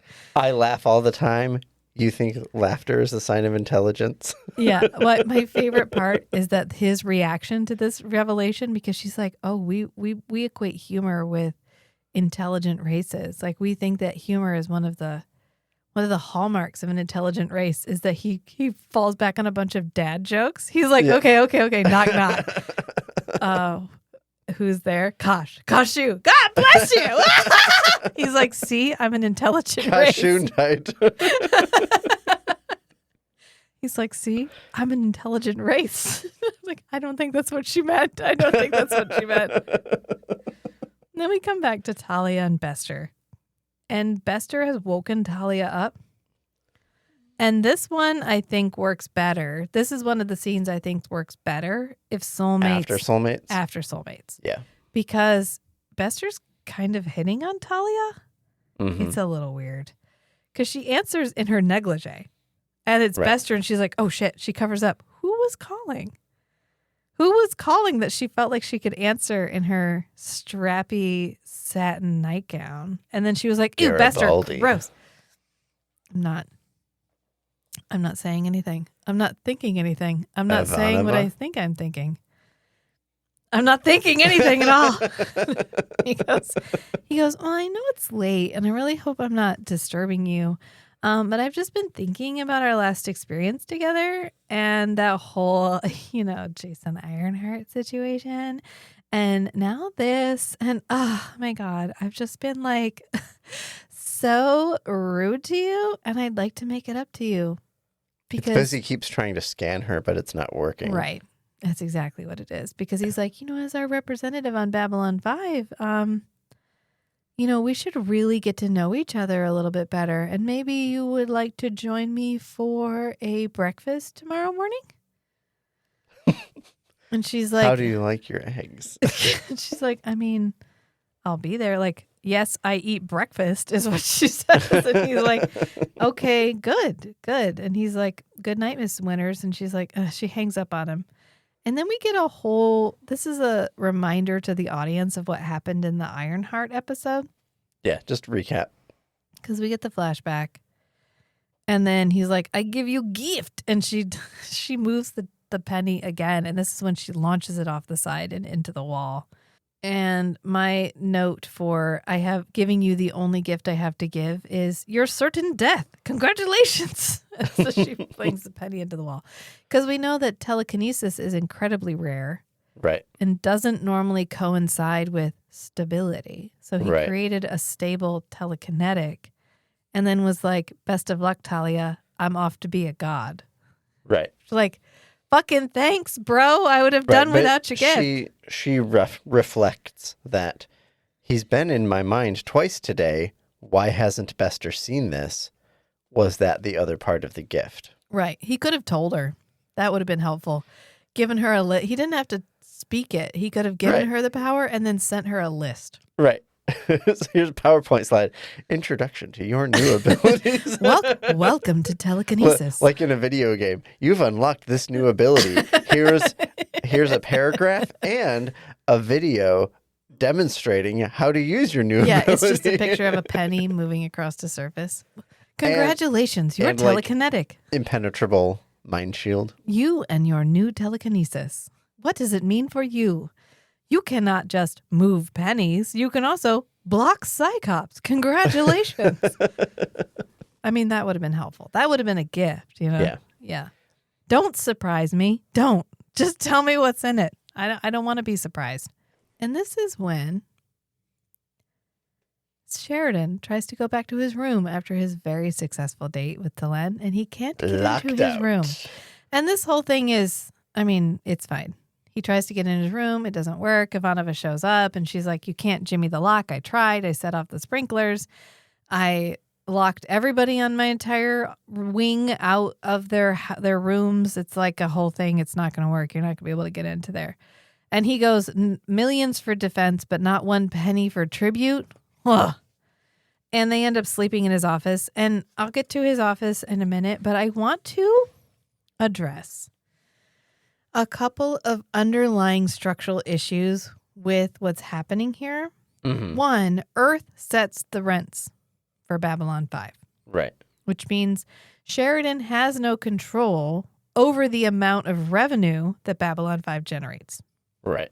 He can't offset the loss of revenue by trade by increasing rental income for like hotel rooms. Right. He can't do surge pricing. We can throw numbers around about why, I guess, the spin that Earth might have given him about why they now have to pay more. But this isn't about them actually balancing the budget of Babylon 5. Right.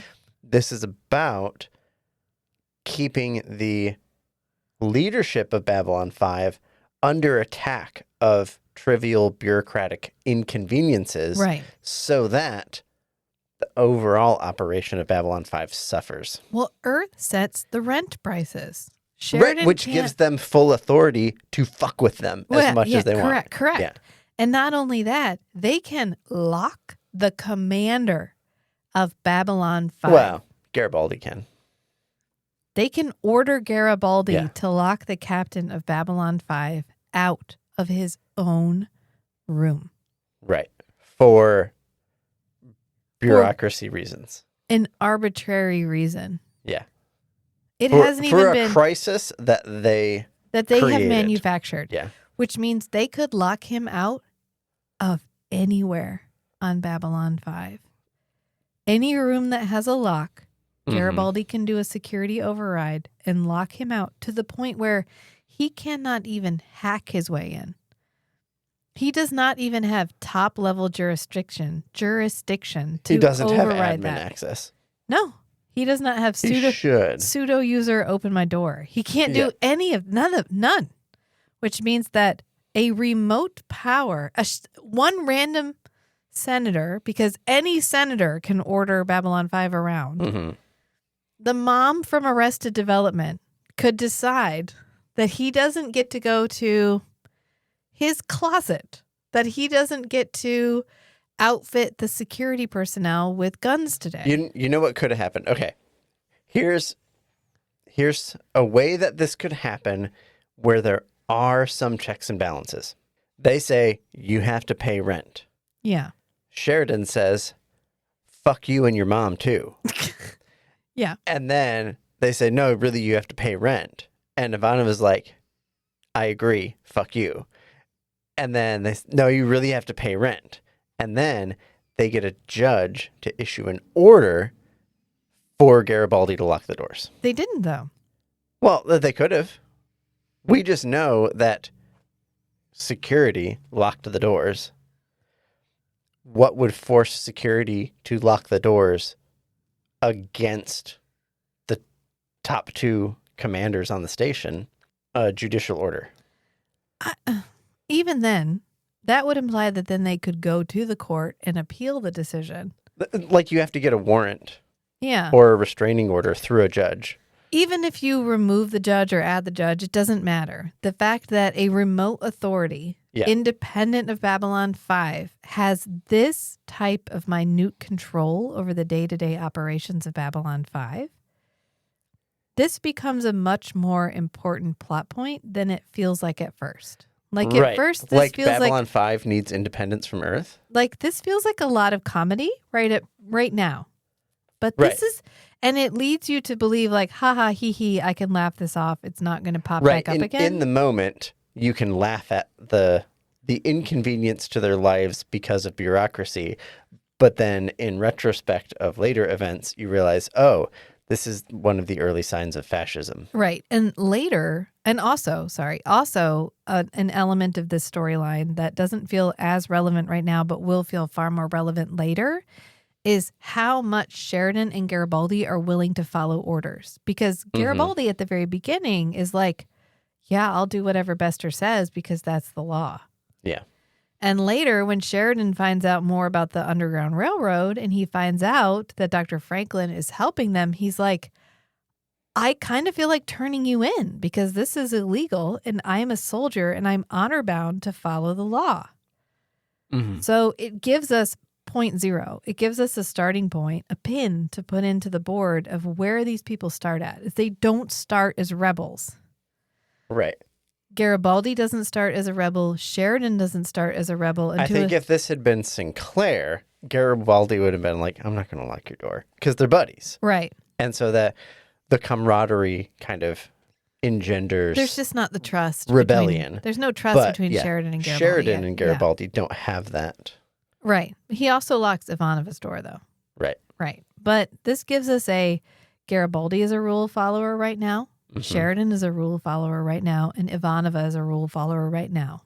Yeah. Pin to stick into the board. And that Earth Force has an inordinate amount of control over the day-to-day operations of Babylon 5. A lot of times in the show, Babylon 5 is portrayed as an independent entity.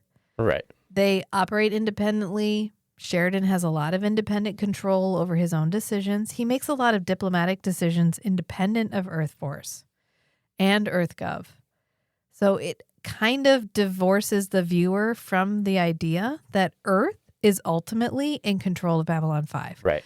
So while this is played for laughs, it is a reminder to the viewer of how much control Earth has over the day-to-day, incredibly minute dealings of Babylon 5. Yeah. So anyway, that's what I wanted to point out for this whole section. I'm not going to go over it little by little because it's fine. It's not that important, but just remember that that's why they included this, because that's what they want you to remember. And we go to the telepathic underground railroad. Assassination prep. And surprise, surprise, they have a box of guns. Garibaldi! What are you doing? What is it you would say you do here? These are rogue telepaths. They could have Jedi mind tricked the customs inspectors. What, at $5 we'll get you a gun on this station, okay? You can just be like, hey, how much is it? They have a price sheet. You want to bring it in parts? It's $5. You want to bring in a whole gun so you don't have to assemble it later? That's $20. Yeah. You want a box to keep it in while you're walking around the station? $45. Because at this point, everybody has guns. It's fine. Who cares? And they practice the Mary Had a Little Lamb, and this is the first time we see the full extent of the number of telepaths that are on the station. Yeah. And then we come back, and it's Susan and Sheridan because they've both been kicked out of their quarters. And this is the part where they're going to sleep in his office. Roommates. What the Lurker Guide pointed out that one of the sort of funny themes, overarching themes in this episode is just lack of sleep. Yeah. Because everybody's getting woken up. Nobody's getting to sleep in their quarters.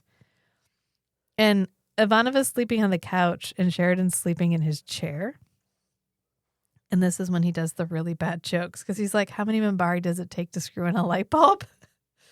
She's like, I don't know. How many Minbari does it take to screw in a light bulb? And he goes, none. They always surrender right before they finish the job and they never tell you why. And then he's like, knock, knock. And she goes, oh my God, who's there? And he's like, Kosh. And he goes, Kosh who? And he goes, Gesundheit. But as you said, Gesundheit would work even better.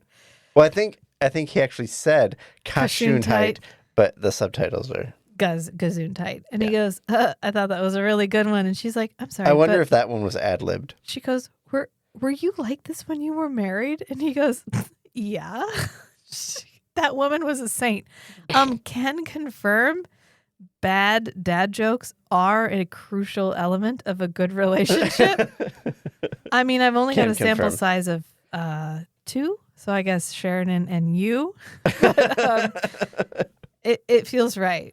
It feels right. Although his jokes are, I mean, maybe worse than yours. It's hard to say. You've made a couple really bad ones already in this episode. So please don't dig deep. I go for quantity and on the chance that occasionally I hit a good one. Right. Because if you throw enough darts, you'll hit the bullseye. Right. You don't have to be as good at it either. You can just throw as many as you want. Yep. And he's like, well, ha, laughing makes me an intelligent life form according to the Minbari. And I like that. And he goes, I like it a lot. I like that a lot. And I'm thinking, are you talking about jokes? I don't think you're talking about jokes. Or are you talking about a Minbari? Minbari philosophy or a Minbari specifically? Mm. And then we come back and it's Bester and Talia and they're having breakfast together, which in this moment, I wanted her to have like this giant plate of like pancakes. She's just like shoveling pancakes in her mouth the whole time Just he's talking to her. Gratuitous amount of breakfast food. Syrup dripping down her chin, and he's like silently horrified the whole time she's eating.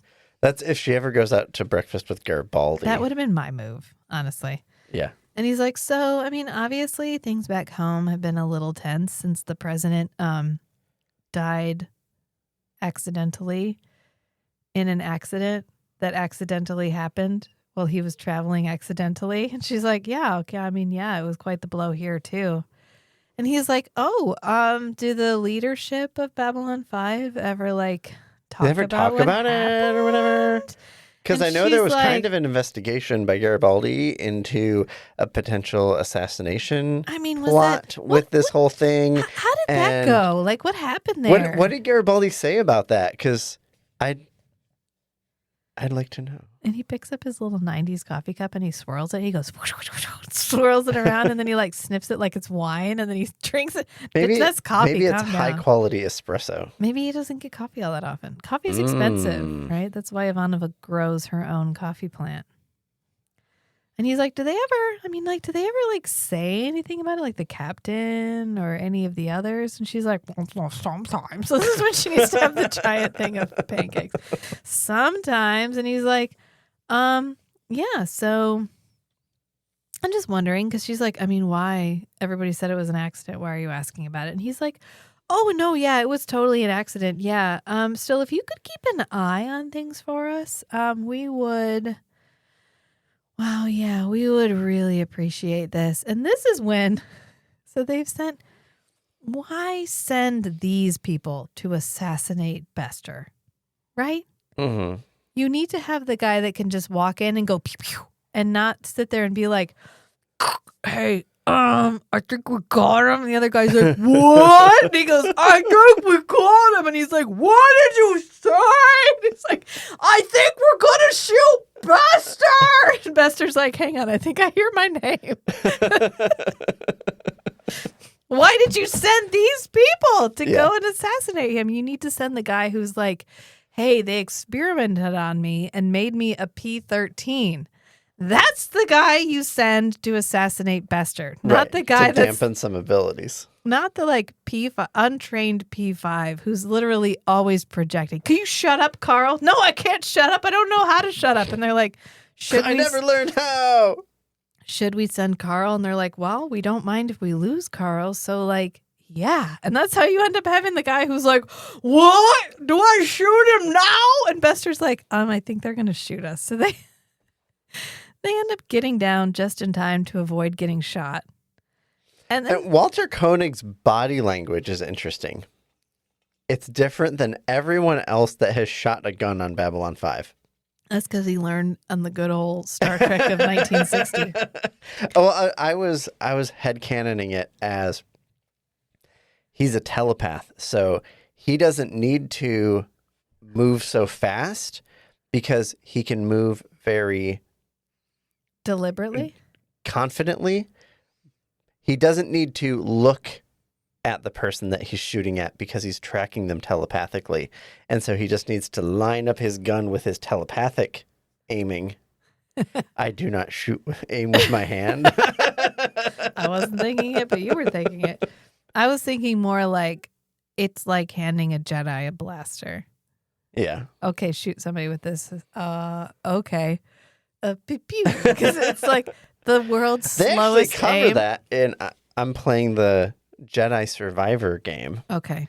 And he gets a blaster, and so he has one of his lightsaber stances is blaster in the left hand, lightsaber in the right hand. See, what I would do was figure out how to redirect blaster fire. If I was a Jedi, sure, lightning sword, great, cool, Yeah. I'll have one. But also, if I could learn how to fire a blaster and then aim the bullet with my mind, that's where it's at, bro. That's where it's at. I bet I get that ability later. Then you could have a movie like, what was that ridiculous movie with James McAvoy and Angelina Jolie where they could bend the bullets? They could bend bullets by moving the gun while they were firing them. Like a curveball. That's one of those The ones. bullet's already spinning really fast. Shush! We don't need any of your sense here. You're not needed here. Keep your rationality at home, okay? I watched that while I was doing platelets one time. Mm-hmm. Yeah. Oh, I did enjoy it a lot more. It was, okay, there's a whole class of movies that came out in like the 2010s, I would say, like 2010s to mid-2010s that were real. They would have been such good streaming movies, but they were not good getting out in the theater movies. Yeah. Like Dracula Untold. Can you imagine if they had imagined the dark universe as a streaming series where you put out Dracula Untold and you put out the Frankenstein version and then you put out the Wolfman version and Villain as superhero? Yes. Yeah. And you reimagined that whole thing as a series because Dracula Untold is 90 minutes long. Right. That's a streaming episode. So Dracula Untold is an episode. The next Dark Universe story is an episode. The next Dark Universe. And then the last couple of Dark Universe episodes are everybody coming together. Yeah. Fucking brilliant. Look, I solved the problem for you. They could even reuse Dark Universe. I'm sure you could get everybody back. It'd be fine. Okay? Yeah. It's fine. It doesn't matter. I'm okay. That's just me being. Anyway, that movie was part of that group of things that, like, it would have crushed it on streaming. Yeah. Like Old Guard. Mm-hmm. But then to put out in theaters, people were like, I paid money. Well, Old Guard 2 is a streaming movie. And Old Guard was a streaming movie. They're Oh, all it was? streaming movies. Yeah. Oh, okay. That movie would have been a great streaming movie. Yeah. But they put it out in theaters, and theaters haven't adjusted to real life yet. I mean, for us to go to the movie theater, it's $100 between childcare and tickets and concessions.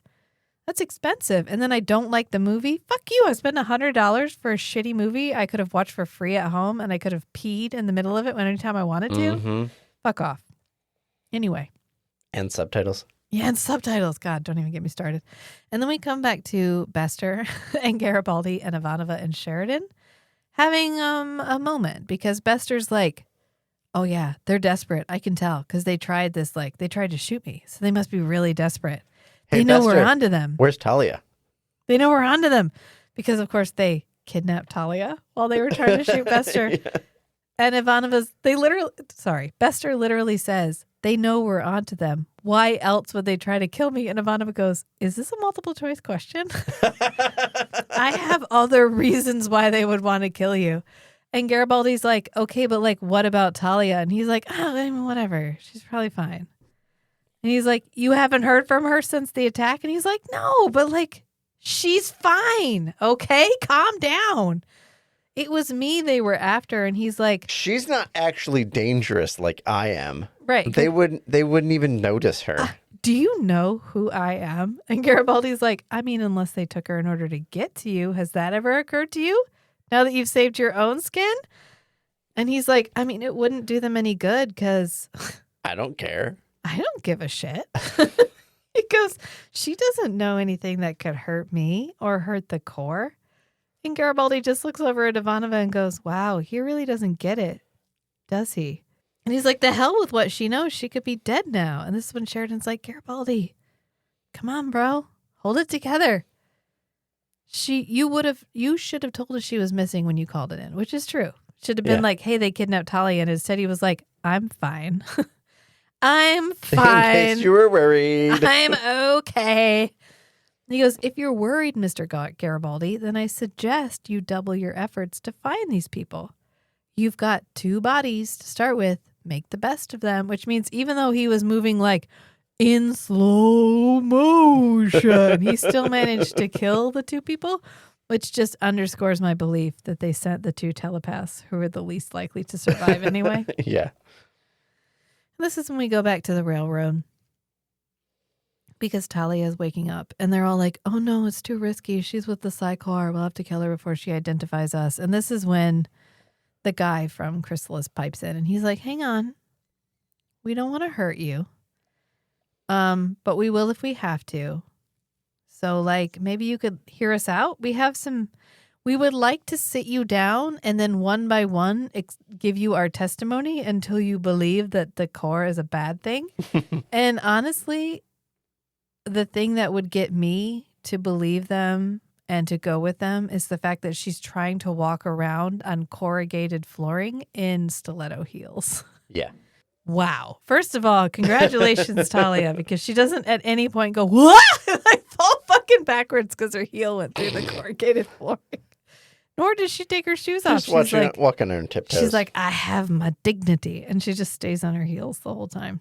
And then this is when the guy's like, I mean, you're almost there anyway. And she's like, what do you mean I'm almost there? And he's like, you've almost figured it out that the Corps are absolute assholes. And she's like, what do you want from me? And he's like, we want you to understand. And then we cut to Dr. Franklin talking to Sheridan. And I feel like we are missing a scene. Really? Right here, right now because Dr. Franklin just walks into Sheridan's office and he's like, I just heard from the Underground Railroad. What is the justification for the Underground Railroad contacting Dr. Franklin? Why does Sheridan simply accept that Dr. Franklin can deliver the information from the Underground Railroad? Right. He just accepts that the Underground Railroad happened to use Franklin as a liaison. Not Garibaldi. They don't send Talia. They don't send a message. They don't send a random person. They send Dr. Franklin specifically. And Sheridan is like, checks out. Maybe because of doctor-patient confidentiality. I mean, this is why I feel like we're missing a scene. Yeah. Where Dr. Franklin walks in and he's like, don't freak out, but I was contacted by the Underground Railroad. And this is when... Yeah, this sounds more like it's already established. Right. I just heard from them. Hey. Because we were waiting to hear from them. Right. Because they're obviously going to contact me for a reason. Yeah. But yeah, they don't give us that reason. Yeah, it just feels very incongruous. Yeah. Like, I mean, why? I mean, okay, I can see why it would make sense, but I need a scene that explains. And I really feel like this is where this episode, narratively, I'm not going to say it's not a good episode, but it unravels at the end. Yeah. It's a little like... Now, Kith. Now, Kith. And then, like, shoving its face together at the end. That narratively, like, we plot. We need to wrap everything up real quick. Yeah, plot and where I need this plot to go. Like, okay, and the boo-doo, and to just shove their face together until they kiss each other. That's what the ending feels like. Because this is like, okay, it's literally... Like, Sheridan got done talking to Bester, everybody left, and then Dr. Franklin came in and was like, hey, so I was on Snapchat and I got, like, a DM. The Underground Railroad slid into my DMs and told me some really cool stuff. I don't know, it's really weird because at this point, he's not even in the loop. Right. He hasn't been in any of the group texts. He's not in the conferences that they've been having with everybody. He's the only interaction we've had with him is when Sheridan is talking to him at Earnhardt's. And he's like, are you going to pay rent? And Sheridan's like, over my cold, dead body. And Dr. Franklin's like, cool, I've got a cot. And that's the last time we talked to him. Just suspending disbelief. Sure. Dr. Franklin got a message from the Underground Railroad. Yeah. And I put, I'm not sure I believe that Dr. Franklin is voluntarily just a part of the Underground Railroad without any benefit to himself. So I was like, was he using this as a way to get test subjects or booty? I don't know. Like, how's he? Well, he's got to be getting, I don't believe he's doing this altruistically. Right. There has to be, he's getting points for something. Because he literally walks in and he's like, I heard from the Underground Railroad. They've got Talia.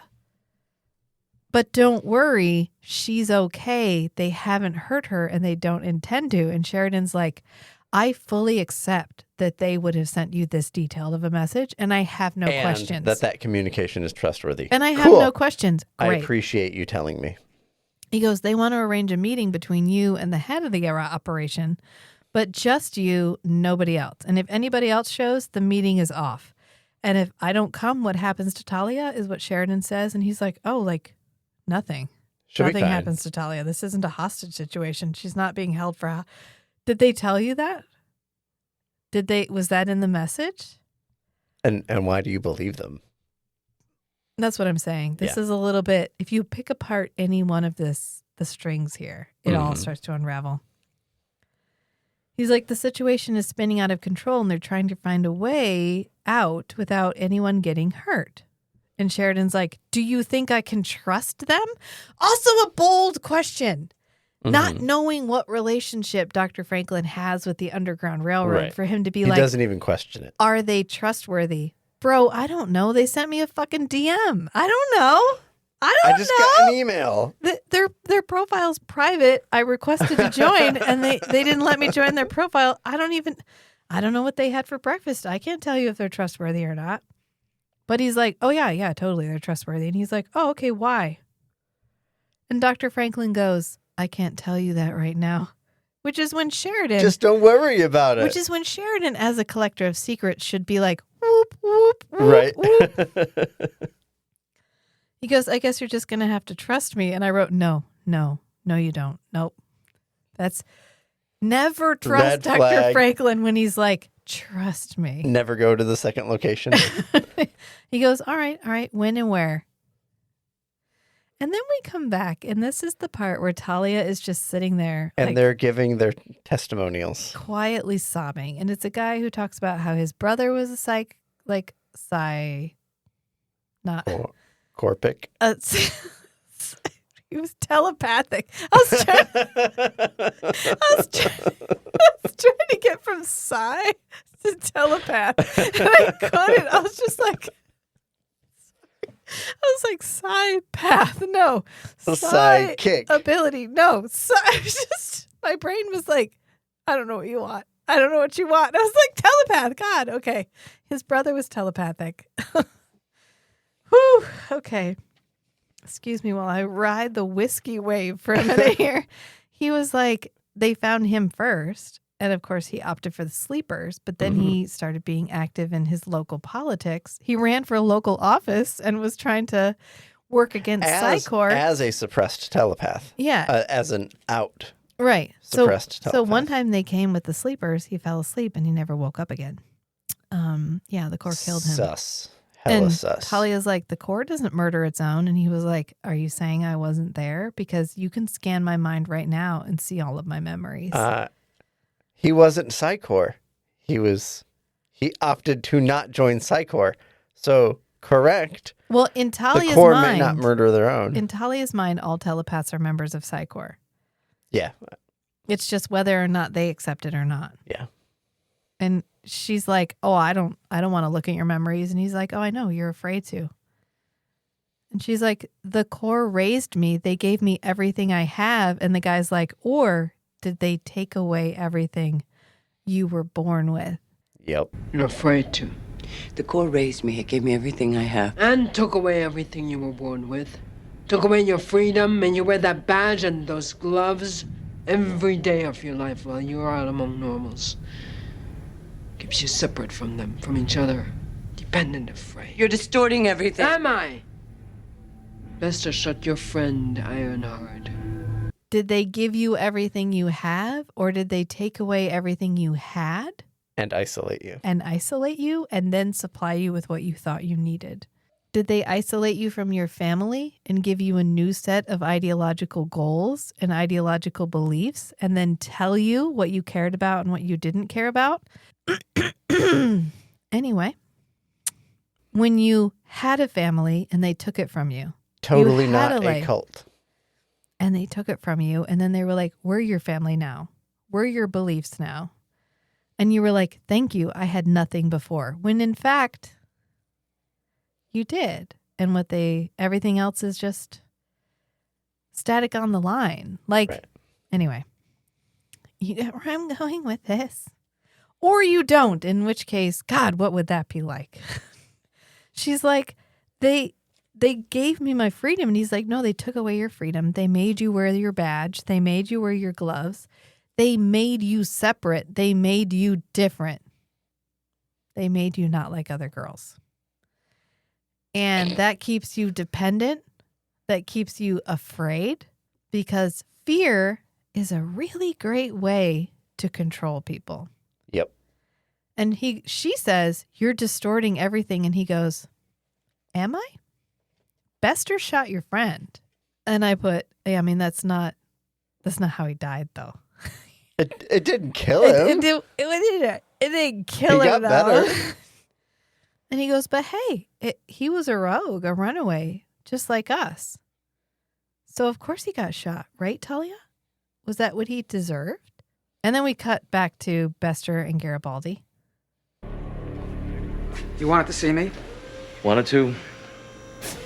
Not really. But I guess I have to, don't I? Hi, Bester, because Bester goes, you wanted to see me? And he's Bester's like, trying "Wanted to make friends. He's a trying little bit. to ingratiate himself. Yeah, he's trying to get Garibaldi to like him. Right. Because he's like, you wanted to see me? And Garibaldi's like, wanted to? Not really. But I guess I have to, don't I?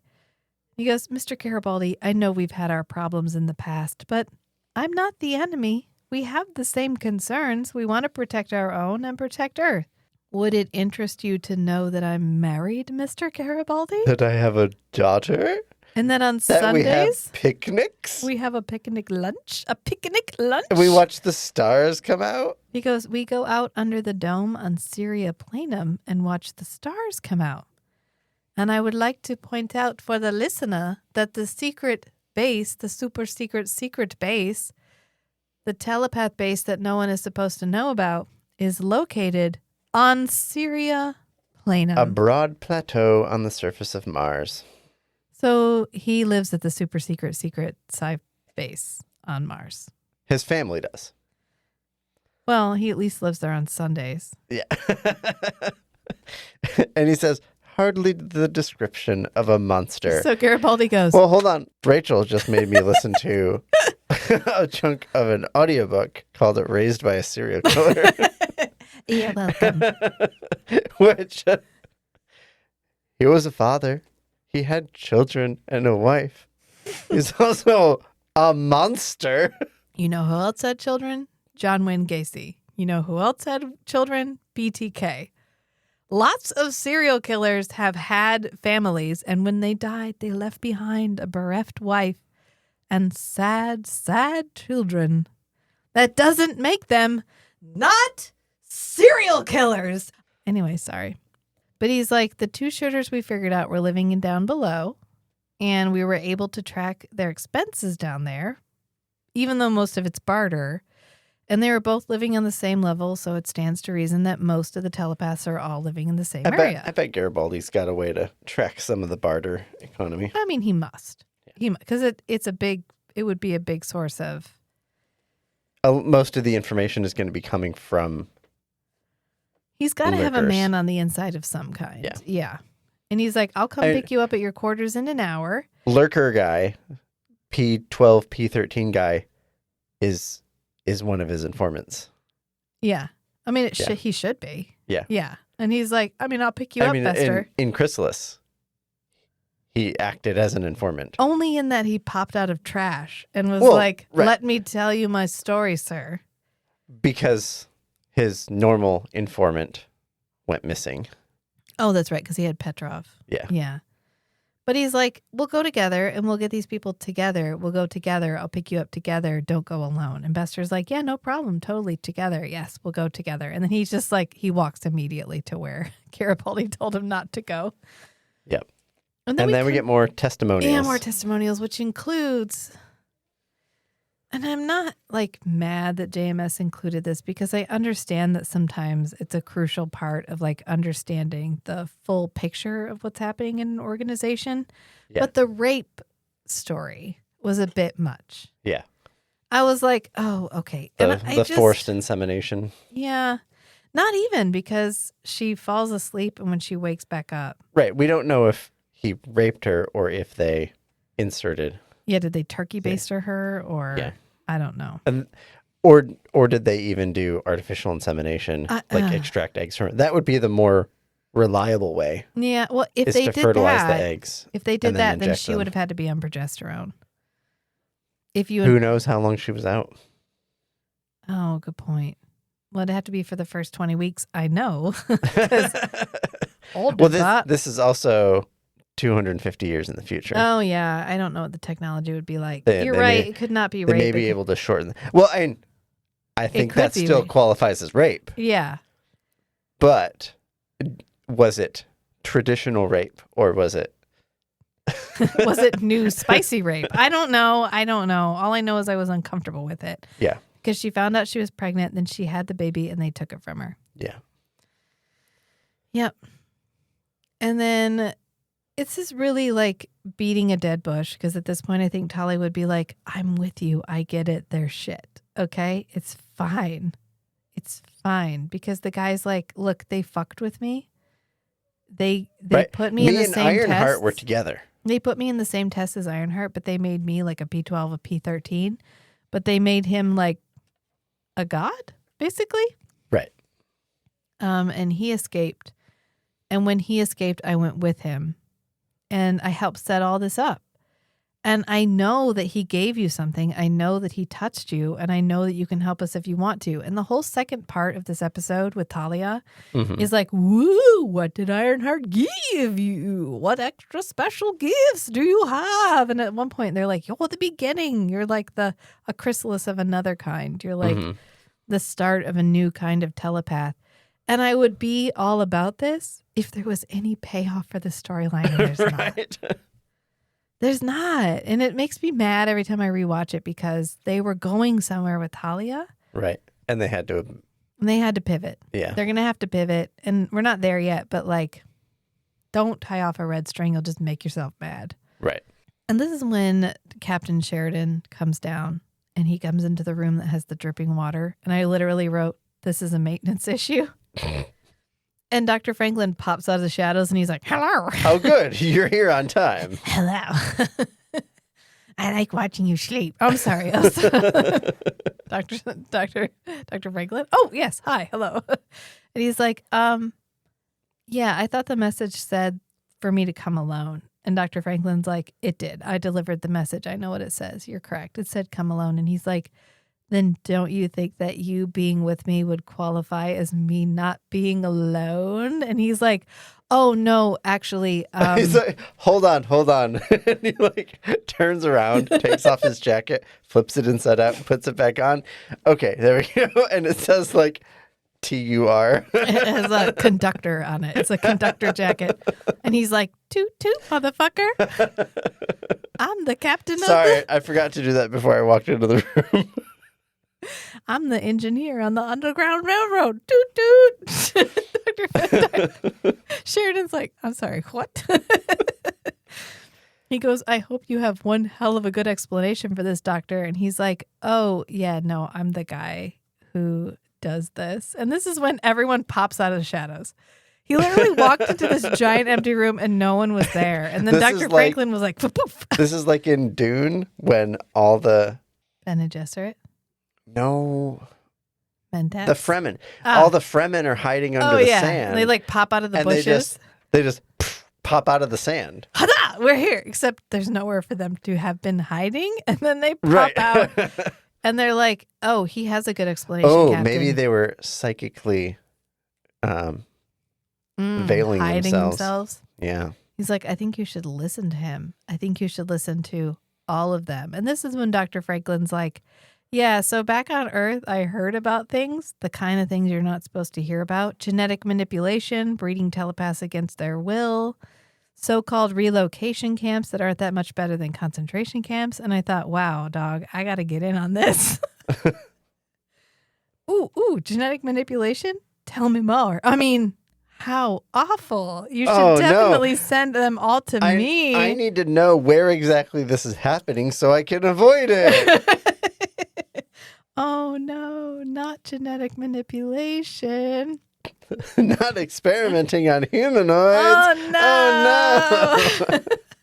And he goes, losing reports, changing medical history files. He doesn't feel a sense of disgust that genetic manipulation is being done on humanoids. No, just that it's that he's not getting to participate. He's not in on it, exactly. So he's like, we started like a little doctor in network thing where we would send them around to each other and then pop-up clinics. Pretend that they weren't telepaths, but we couldn't keep moving them around. We had to get them off Earth. And so we filtered them all to Babylon 5 with business visas. And last year I set up a unauthorized clinic down below so that we could start processing runaways, which means he could kind of have just let the lady keep doing her using transfer of energy shit. If the free clinic was just a cover for the telepath thing. Yeah. Which means he was never acting altruistically. He was not setting up, he did not set up a lurker clinic. He set up a cover clinic. Two things can be true. Can they? He was acting, ostensibly, he was acting altruistically to help the telepaths. I know. And But also, maybe I can help some lurkers at the same time. But that was like, maybe I we mean, don't. maybe I also. can have a control group for my experiments. The lurkers who are of non-telepaths. The lurkers who are not telepaths start coming and he just stabs them with needles. What are you doing? This is what we do in my clinic. I'm never coming back. I mean, and that means that most of the people that were still there when Ivanova arrived. The 12 people that were still there? Yeah, the less than 12 people that were there were probably telepaths. Yeah. Just throwing that out there. He's like, I can, if I have an unauthorized clinic like that, then I can sort of play around with records because I really trust all my people in MedLab, but Psi Corps has a knack for, he just goes, intimidation, meaning they can just get it's hard to hide things from a telepath. Right. A telepath like Bester that's willing to just scan anybody. Right. And Sheridan's like, look, in principle, I agree with you. And this is a moment where Sinclair would never. Sinclair would be like, I'm on your side. What do you need? Right. Fuck the man. And Sheridan's like, I'm kind of the man, though. I'm kind of the man, though. Because he goes, there are laws, and whether I like them or not, I'm a soldier, and I'm honor bound to obey the law. And Dr. Franklin's like, cool, but as a doctor, I'm honor bound to help these people. And Sheridan's like, you're losing your cot. You're losing your cot. I'm going back upstairs and I'm filling out the paperwork to take away your cot. Yeah. And he's like, I mean, what am I supposed to do now? I want to turn you in, kind of, because you didn't tell me this was happening. It kind of feels like when Ivanova was like, you can run an unauthorized clinic, but you need to, I don't want to find out about this from somebody else. Like, you need to tell me. He's like, I'm going to embarrass the station to Earth Central and give the folks back home one more reason to shut us down. But if I don't turn you in, then I'm an accomplice to the telepathic Underground Railroad. Like, you've put me in a really impossible situation. And Talia pops up and she's like, what if? Actually. What if there was a third There's a secret third option. way? And he's like, what? And the other guy's like, oh, Bester's coming. What the fuck? What? Bester's coming? And this is when Bester pops out and he's like, oh. I remember you. Hey. And you. He's like, hey, y'all. I caught you bumping. And I want to know. What makes Bester so confident that he can approach a large group of telepaths? Mm-hmm. Confident in the knowledge that he's going to get away with whatever he wants to get away with.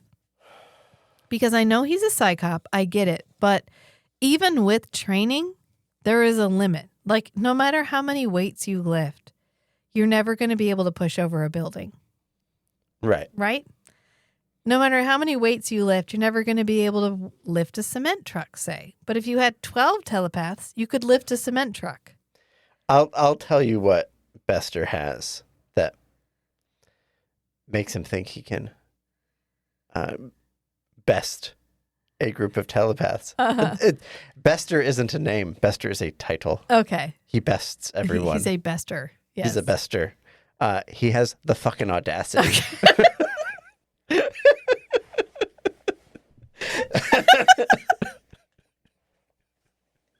He does. He really does. He's just like, I'm the bester, bitch.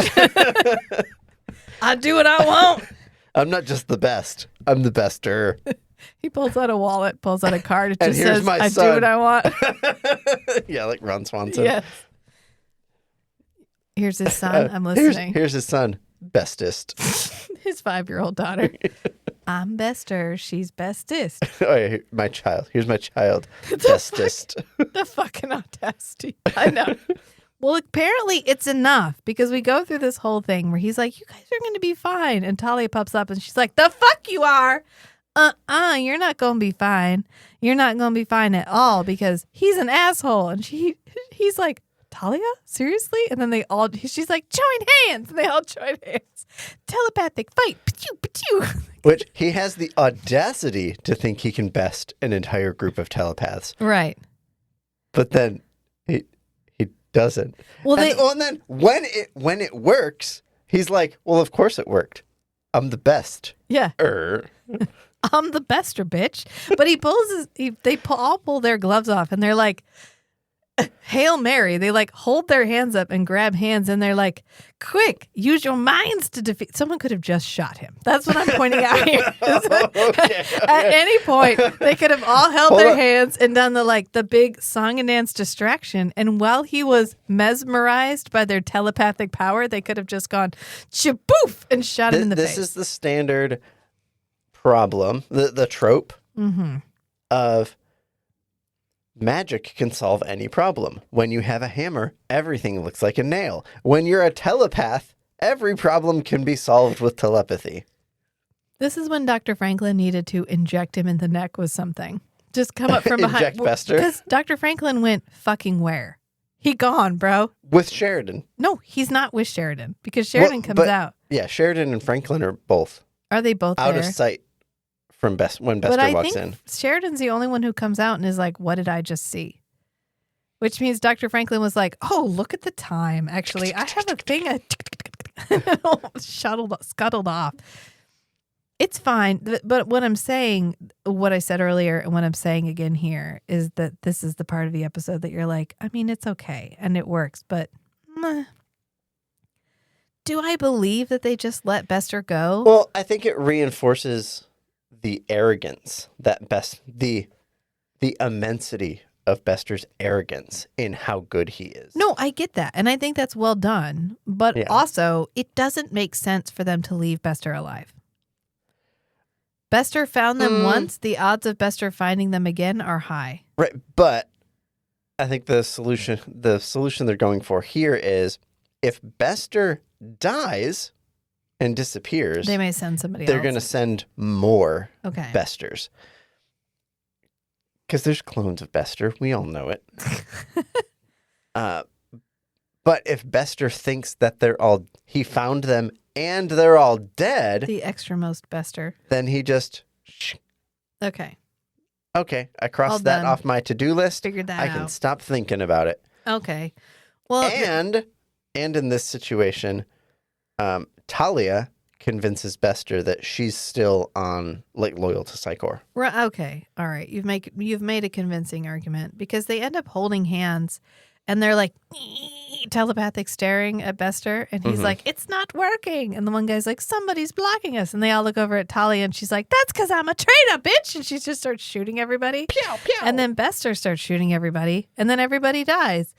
And Bester's like, well, I would have preferred for some of them to stay alive as an example, but the main thing is that the leader is gone. Cut off the head and the body dies with it. He's like, you had me going there for a moment because Talia appeared to have joined the resistance for a hot minute. He still can't scan her. Right. And she goes, the Corps is mother, the Corps is father. I know where my loyalties lie. He's like, cool, I'm going to leave now. Security be here in 20 minutes. I really don't want them asking any questions. So take a different route back. And Talia's like, got you, bro. And this is when he walks off and Sheridan pops out from the side and he's like, what just happened? What is going on? And they're like, what did you see? Which is really just a chance for him to enumerate to the audience what actually happened. Yeah. Because he's like, Bester came out, he talked for a minute, he whipped out his dick, and then he put it away, and then he walked away. And they're like, correct, sir, because we made him believe that we'd all died. And he's like, I mean, great. They said he saw what we wanted him to see, a telepathic projection. And he goes, I thought the Psi Corps were too strong for that kind of thing. And Psychops. And right. Okay. Bester is a P12. I get it. He's a highly trained. He's Psychop. He's Bester. He's got the fucking audacity. Yeah. He's Walter Koenig. Okay. You had 12 telepaths, one of whom is a P13, which is technically more powerful than Bester. Right. One of whom is a P11, which is close to Bester. And then everyone else, I assume, is within that range. Yeah. And they're all working in concert, and even they can't overwhelm a Psychop. That doesn't feel correct. Right. Power scaling's off. The power scaling is somewhere ambiguous here. Even if he had a really good shield, at a certain point, enough telepaths should be able to break through that. Okay. But he's like, oh yeah, no, individually, yeah, any one of us would have never been able to do it, but together we could do it. And then later, the same guy is like, yeah, actually, the only reason we could do it, Talia, is because of the gift that Ironheart gave you. You tipped the scales. Whoa. You're the future. And again, I would love for that to have been something amazing. Yeah. And I really just don't think it What pans out. I was thinking a potential plot line for Talia would be like Bester sending someone to Babylon 5 to like sending a panel of telepaths to Babylon 5 to like reevaluate her P rating. Yeah. And her having to skillfully fail the higher level tests. I mean, maybe that would have been a thing we would have done. Right. Yeah. Yeah. Yeah. If Talia stayed around. Right. Shh, shh, shh, shh. Well, this is when Dr. Franklin and Sheridan go to walk off because he's like, hey, you all just kind of go. Like, if you leave, you're not here and I don't need to report that you're here. So, like, just shoo, shoo, shoo, shoo, shoo, shoo, shoo. And they're like, oh, we're already shooing, bro. Like, it's too hot for us here now. We're going. And so they go to leave, Dr. Franklin and Sheridan. And he's like, thank you, Sheridan, for keeping my secret. And Sheridan's like, honestly, don't thank me. Don't. Because, like, let's get one thing straight. If you do this to me again, I will personally turn you in and hang you out to dry. I will betray you so fucking fast, you'll have whiplash, my friend. Yeah. Got it? And Dr. Franklin's like, I mean, what I did was right, though. I was right. And he's like, oh, no. I didn't say that. I didn't say anything about right and wrong. And he's like, legal, moral, separate things. And he's like, well, what did you say? And he's like, I didn't say anything. I'm not saying what I'm saying. I'm not saying what I'm thinking. As a matter of fact, I'm not thinking what I'm thinking. Thanks. Don't thank me yet. And get one thing straight. Anything like this ever happens again, I will personally turn you in and let them hang you out to dry. Understood? So you don't think that what I did was right? I didn't say that. Well, what are you saying? I'm not saying what I'm saying. I'm not saying what I'm thinking. As a matter of fact, I'm not thinking what I'm thinking. There's only one thing on my mind right now. What's that? I need a drink. And a place to stay. Thanks, Doc. There's only one thing on my mind, and that's that I need a drink. And can I suggest a jinky? Jinkies. Jinkies, which would be gin, half Shankies. Half Shanky's Whip, which is like a vanilla flavored Irish whiskey. Was it smooth, black, and Irish? I think that's what it says on the. Yeah. Anyway, he's like, oh, yeah, and you need a place to stay. And he's like, wow, thank you, doctor. Wow, I had really managed to forget about that. And this is when Talia goes to leave, and this guy pops out, the head of the Underground Railroad for on the telepath side.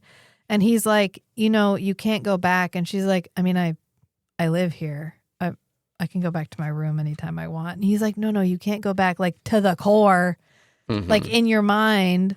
Because too much has happened and you're the future. And she's like, okay, whatever. And he disappears into the shadows. And again, this would be really relevant. And it will kind of come back, but not in the way you think. So we can just kind of, yeah, it happens. And then we go back and it is Sheridan and Ivanova in his room because after that huge dramatic moment, his office, yeah, which is currently his room. Yeah. She's like, listen, I'd like to note two things for the record. One, I really don't think this protest is going to work. Earth Force is literally never going to come to agreements about this money. We're going to end up having to either move or pay rent. Like, this is a really dead end protest you're going with right now. But I'll do it with you. I'm here for you. But I just want you to know I think this is a lost cause. Mm-hmm. But also, you snore. And he's like, no, I don't. And she's like, then, oh my God, we had one hell of a hall breach last night. I got dibs on the couch. And he's like, you know what? Actually, that's unnecessary. You can sleep in your own quarters tonight. Security should have unlocked them by now. And she goes, wow, they gave in. And he's like, oh, no. I took 60 credits per week from the budget set aside to maintain combat readiness and applied it against our red. And she's like, on what grounds? Like, what justification have you made for that? And he's like, on the grounds that I'm not combat ready. I'm not combat ready unless I've had a good night's sleep. Yeah. And I noted that he probably looked back through Sinclair's logs and saw Sinclair's use of funds to like pay the dock workers. Yeah. And he's like, I'm going to borrow that Sinclair smash. You know, you think Sinclair took really detailed logs, but I want all of Sinclair's logs to just be a picture of a crayon note that says, I do what I want. I did what I wanted. I did what I want over and over again, just in different color of crayon. And he was like, I mean... He has to look through Garibaldi's logs, or Ivanova's logs. Ivanova's are just like, this is terrible. I should have stayed in Russia. And Garibaldi's are just either clips from Duck Dodgers or porn. Like, that's the only thing it is.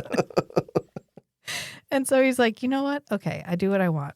And he goes, do you have a problem with that? Are you gonna object to that? And she's like, oh no, my God, it's fine. I like the idea of Earth Central paying itself. It has a certain symmetry. And this is funny, but also it sets up like a Sinclair or Sheridan is really only law-abiding up to a certain point. Mm-hmm.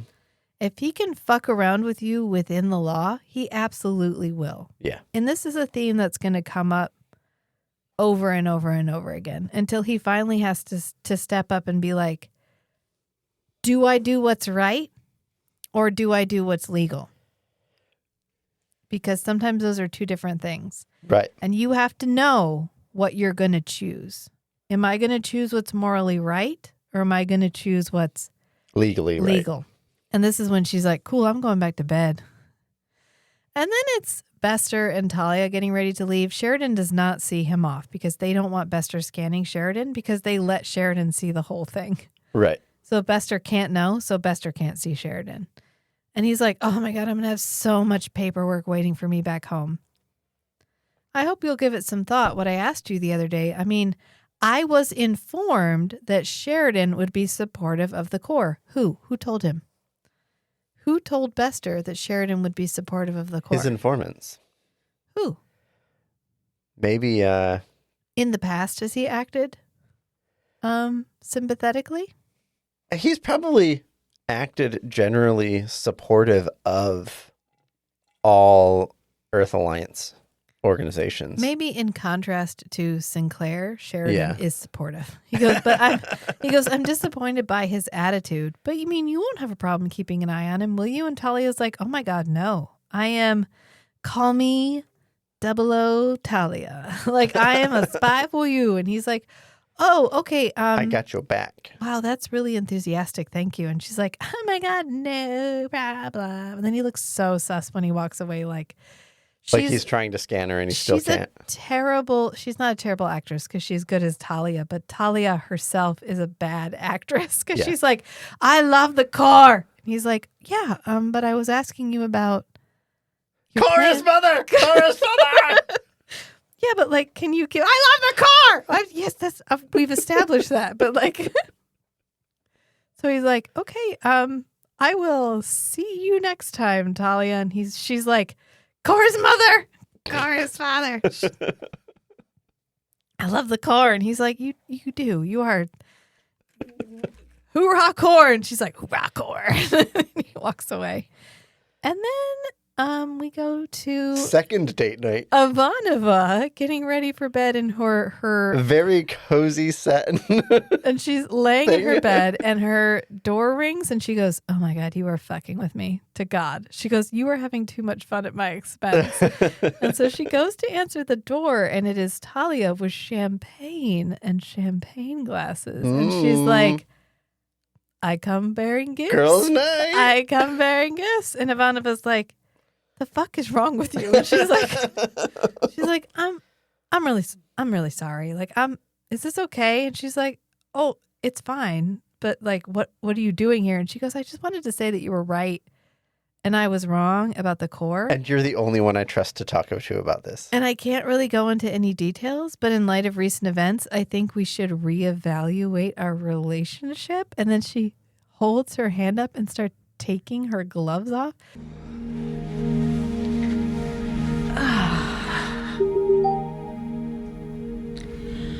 You are having far too much fun at my expense.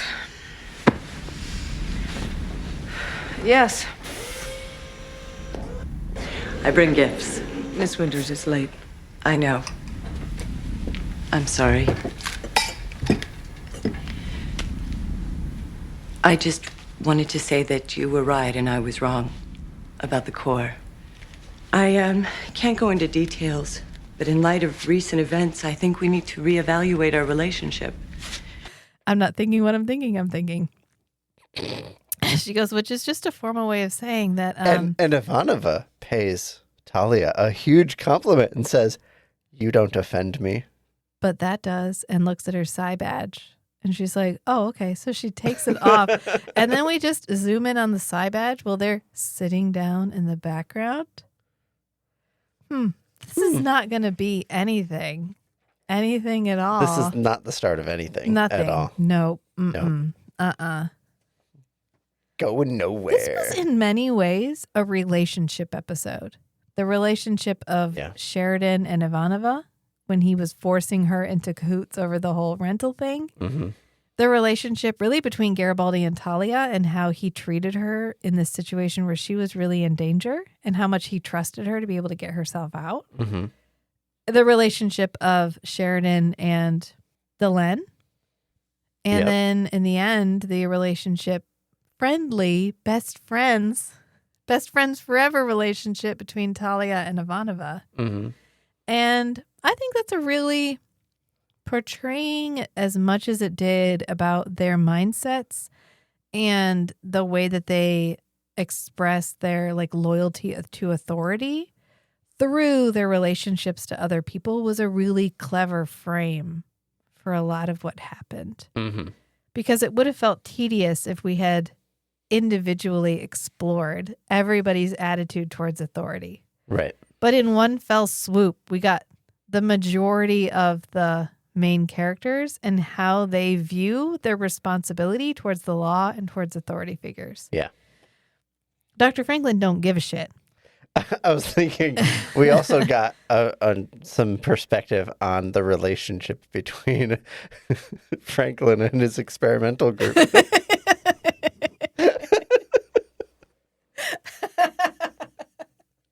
Hush. Yeah, we're probably going a little harder. But there's a part later, we're not quite there yet, where Dr. Franklin, they're gonna stage something and they need body parts to be found. And they ask Dr. Franklin and he's like, say no more, fam. There's a skit from a TikTok reel or something that gets used. I think it's John Mulaney. It's a clip of John Mulaney, and people use it a lot for D&D as the rogue. And John Mulaney's saying something like, everybody's gonna have to get really cool with a lot of things really fast. And don't ask any questions. That's exactly. I don't think we're going... What we know of Dr. Franklin so far, I don't think we're going that hard on him. Well, I guess we have perspective of more things we're going to find out about Dr. Franklin, and the knowledge that we have of Dr. Franklin's future is influencing our interpretation of why he's doing things the way he's doing things right now. This feels like a good moment to highlight everyone's alignment.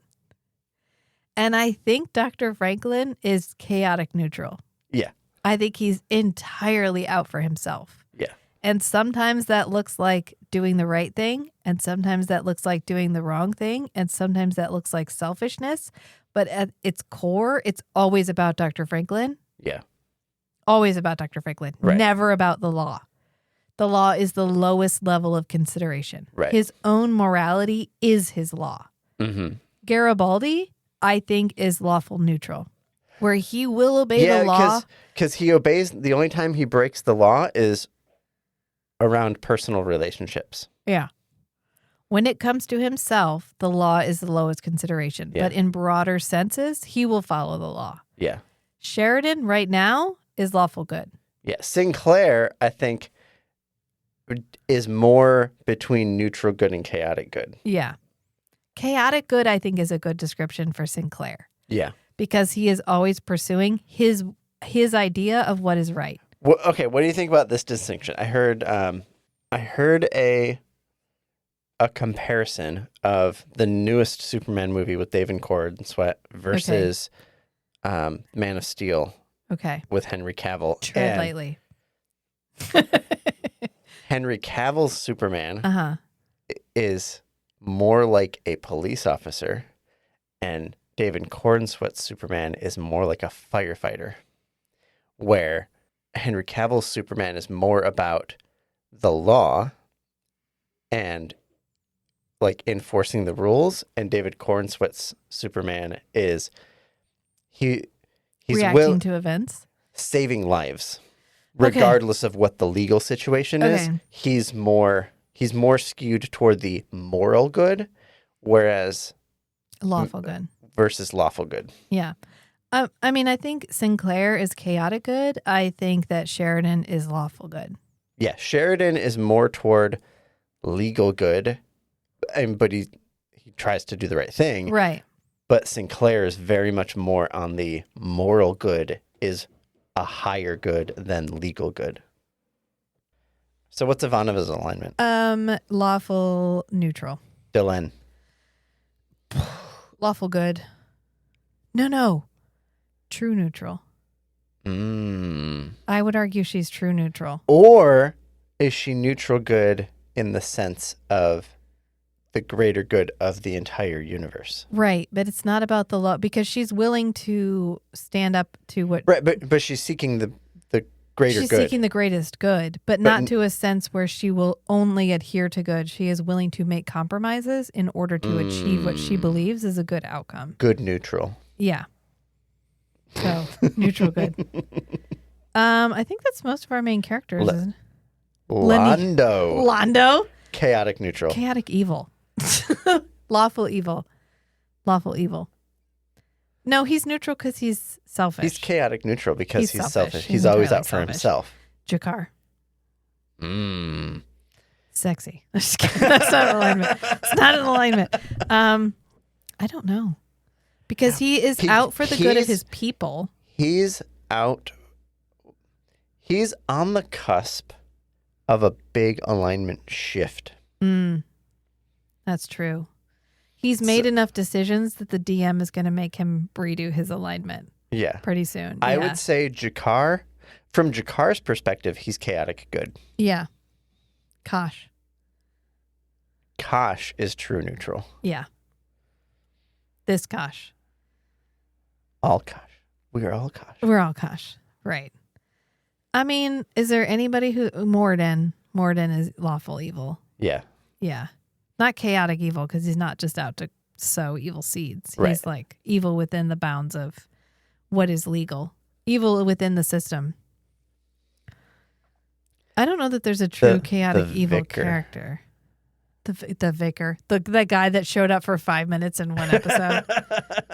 No, would he be evil in any way? No. I don't know that there's a chaotic evil character. Because even the shadows, I would argue, are not out for evil for the sake of evil. It's evil with a purpose. How about the thing that was on the long Okay, maybe that's long chaotic distance evil. ship? But is that chaotic It evil? depends on how or much is intelligence it an animal? has. It depends on how much intelligence it has, because it could just be acting instinctually. Okay, well, we're going to revisit this discussion. What was Garibaldi's second in command that was working on the Jack? Jack? Jack was evil. Yeah, but was he lawful evil or chaotic evil? I'd say he was neutral You evil. know who was chaotic evil? The lady who came on the ship and murdered somebody so he could answer a question. Lori, I've forgotten her name. I blocked it out. But Garibaldi's... Bester. Bester is chaotic evil. Yes. He is out for evil for the sake of evil. The trappings of law are... Right. He's definitely not lawful. But in his mind, from a like racial supremacy perspective, he sees himself as good. But for the whole of like human civilization, he's definitely doing evil. Yeah. Oh, he's not out just for chaos. Right. So he's believes neutral he's evil. acting in the best of his race, which he thinks Yeah. of as only the telepaths. Yeah. And even then, he's willing to sacrifice telepaths. Talia is lawful neutral. Yeah. I mean, Bester's willing to sacrifice telepaths in his pursuit of what he believes is the highest good. Mm-hmm. So I would argue that's chaotic. But his highest good is the best possible outcome Ooh, for I the have most another powerful neutral telepaths. character. Okay. Linear. You think linear? Yeah. I don't think he's selfish in any way, though. Oh yeah, he's selfish I for think Delenn. I think he's more like lawful good, except that his law is Delenn. Yeah. Veer is neutral. Yeah. Yeah. Veer will do whatever is necessary. Oh, he's actually working towards the good. He's a kind person. Yeah. Yeah. Yeah. That's And fair. I would say Lanier is closer to neutral than Veer is. Well, because Veer has like a prime example of what neutral gets you. Yeah. And so he's like, maybe I should try to be good and then I won't be Londo. Yeah. Anyway, I think this is probably a good place to leave it. This feels right. We'll ponder this again. I guess we'll just leave it here unless we have anything else we wanted to talk about. Nope. So we live for the one. We would die for the one. Until next time, friends. Bye. Oh no, you can't remember what you were going to say. Exit pursued by a bear. Zathras. Oh no, you had to we were so close to ending the episode. It's going to be 3 hours long. Zathras Chaotic is good. Is there like for the one? I mean, there's oh my god. I mean, he lives for the one, he dies for the one. That's There you go. right. But I feel like Zathras is outside the alignment. Like he defies the binary. He breaks the mold. Yeah, there's no how do you classify Zathras? Just like, well, I mean, even gods have classifications. So where does Zathras fall? I don't know. That's a hard one. That's a hard one because he's always acting for the one. Right. Always. Whether it leads to his death or other people's death Right. or whatever, it doesn't matter. The Either one way, is the highest not priority. good for Zathras. Chaotic good. Chaotic good. Yeah. All right. Okay. Done. All right. We live for the one. We would die for the one. Until next time, friends. Bye. Bye.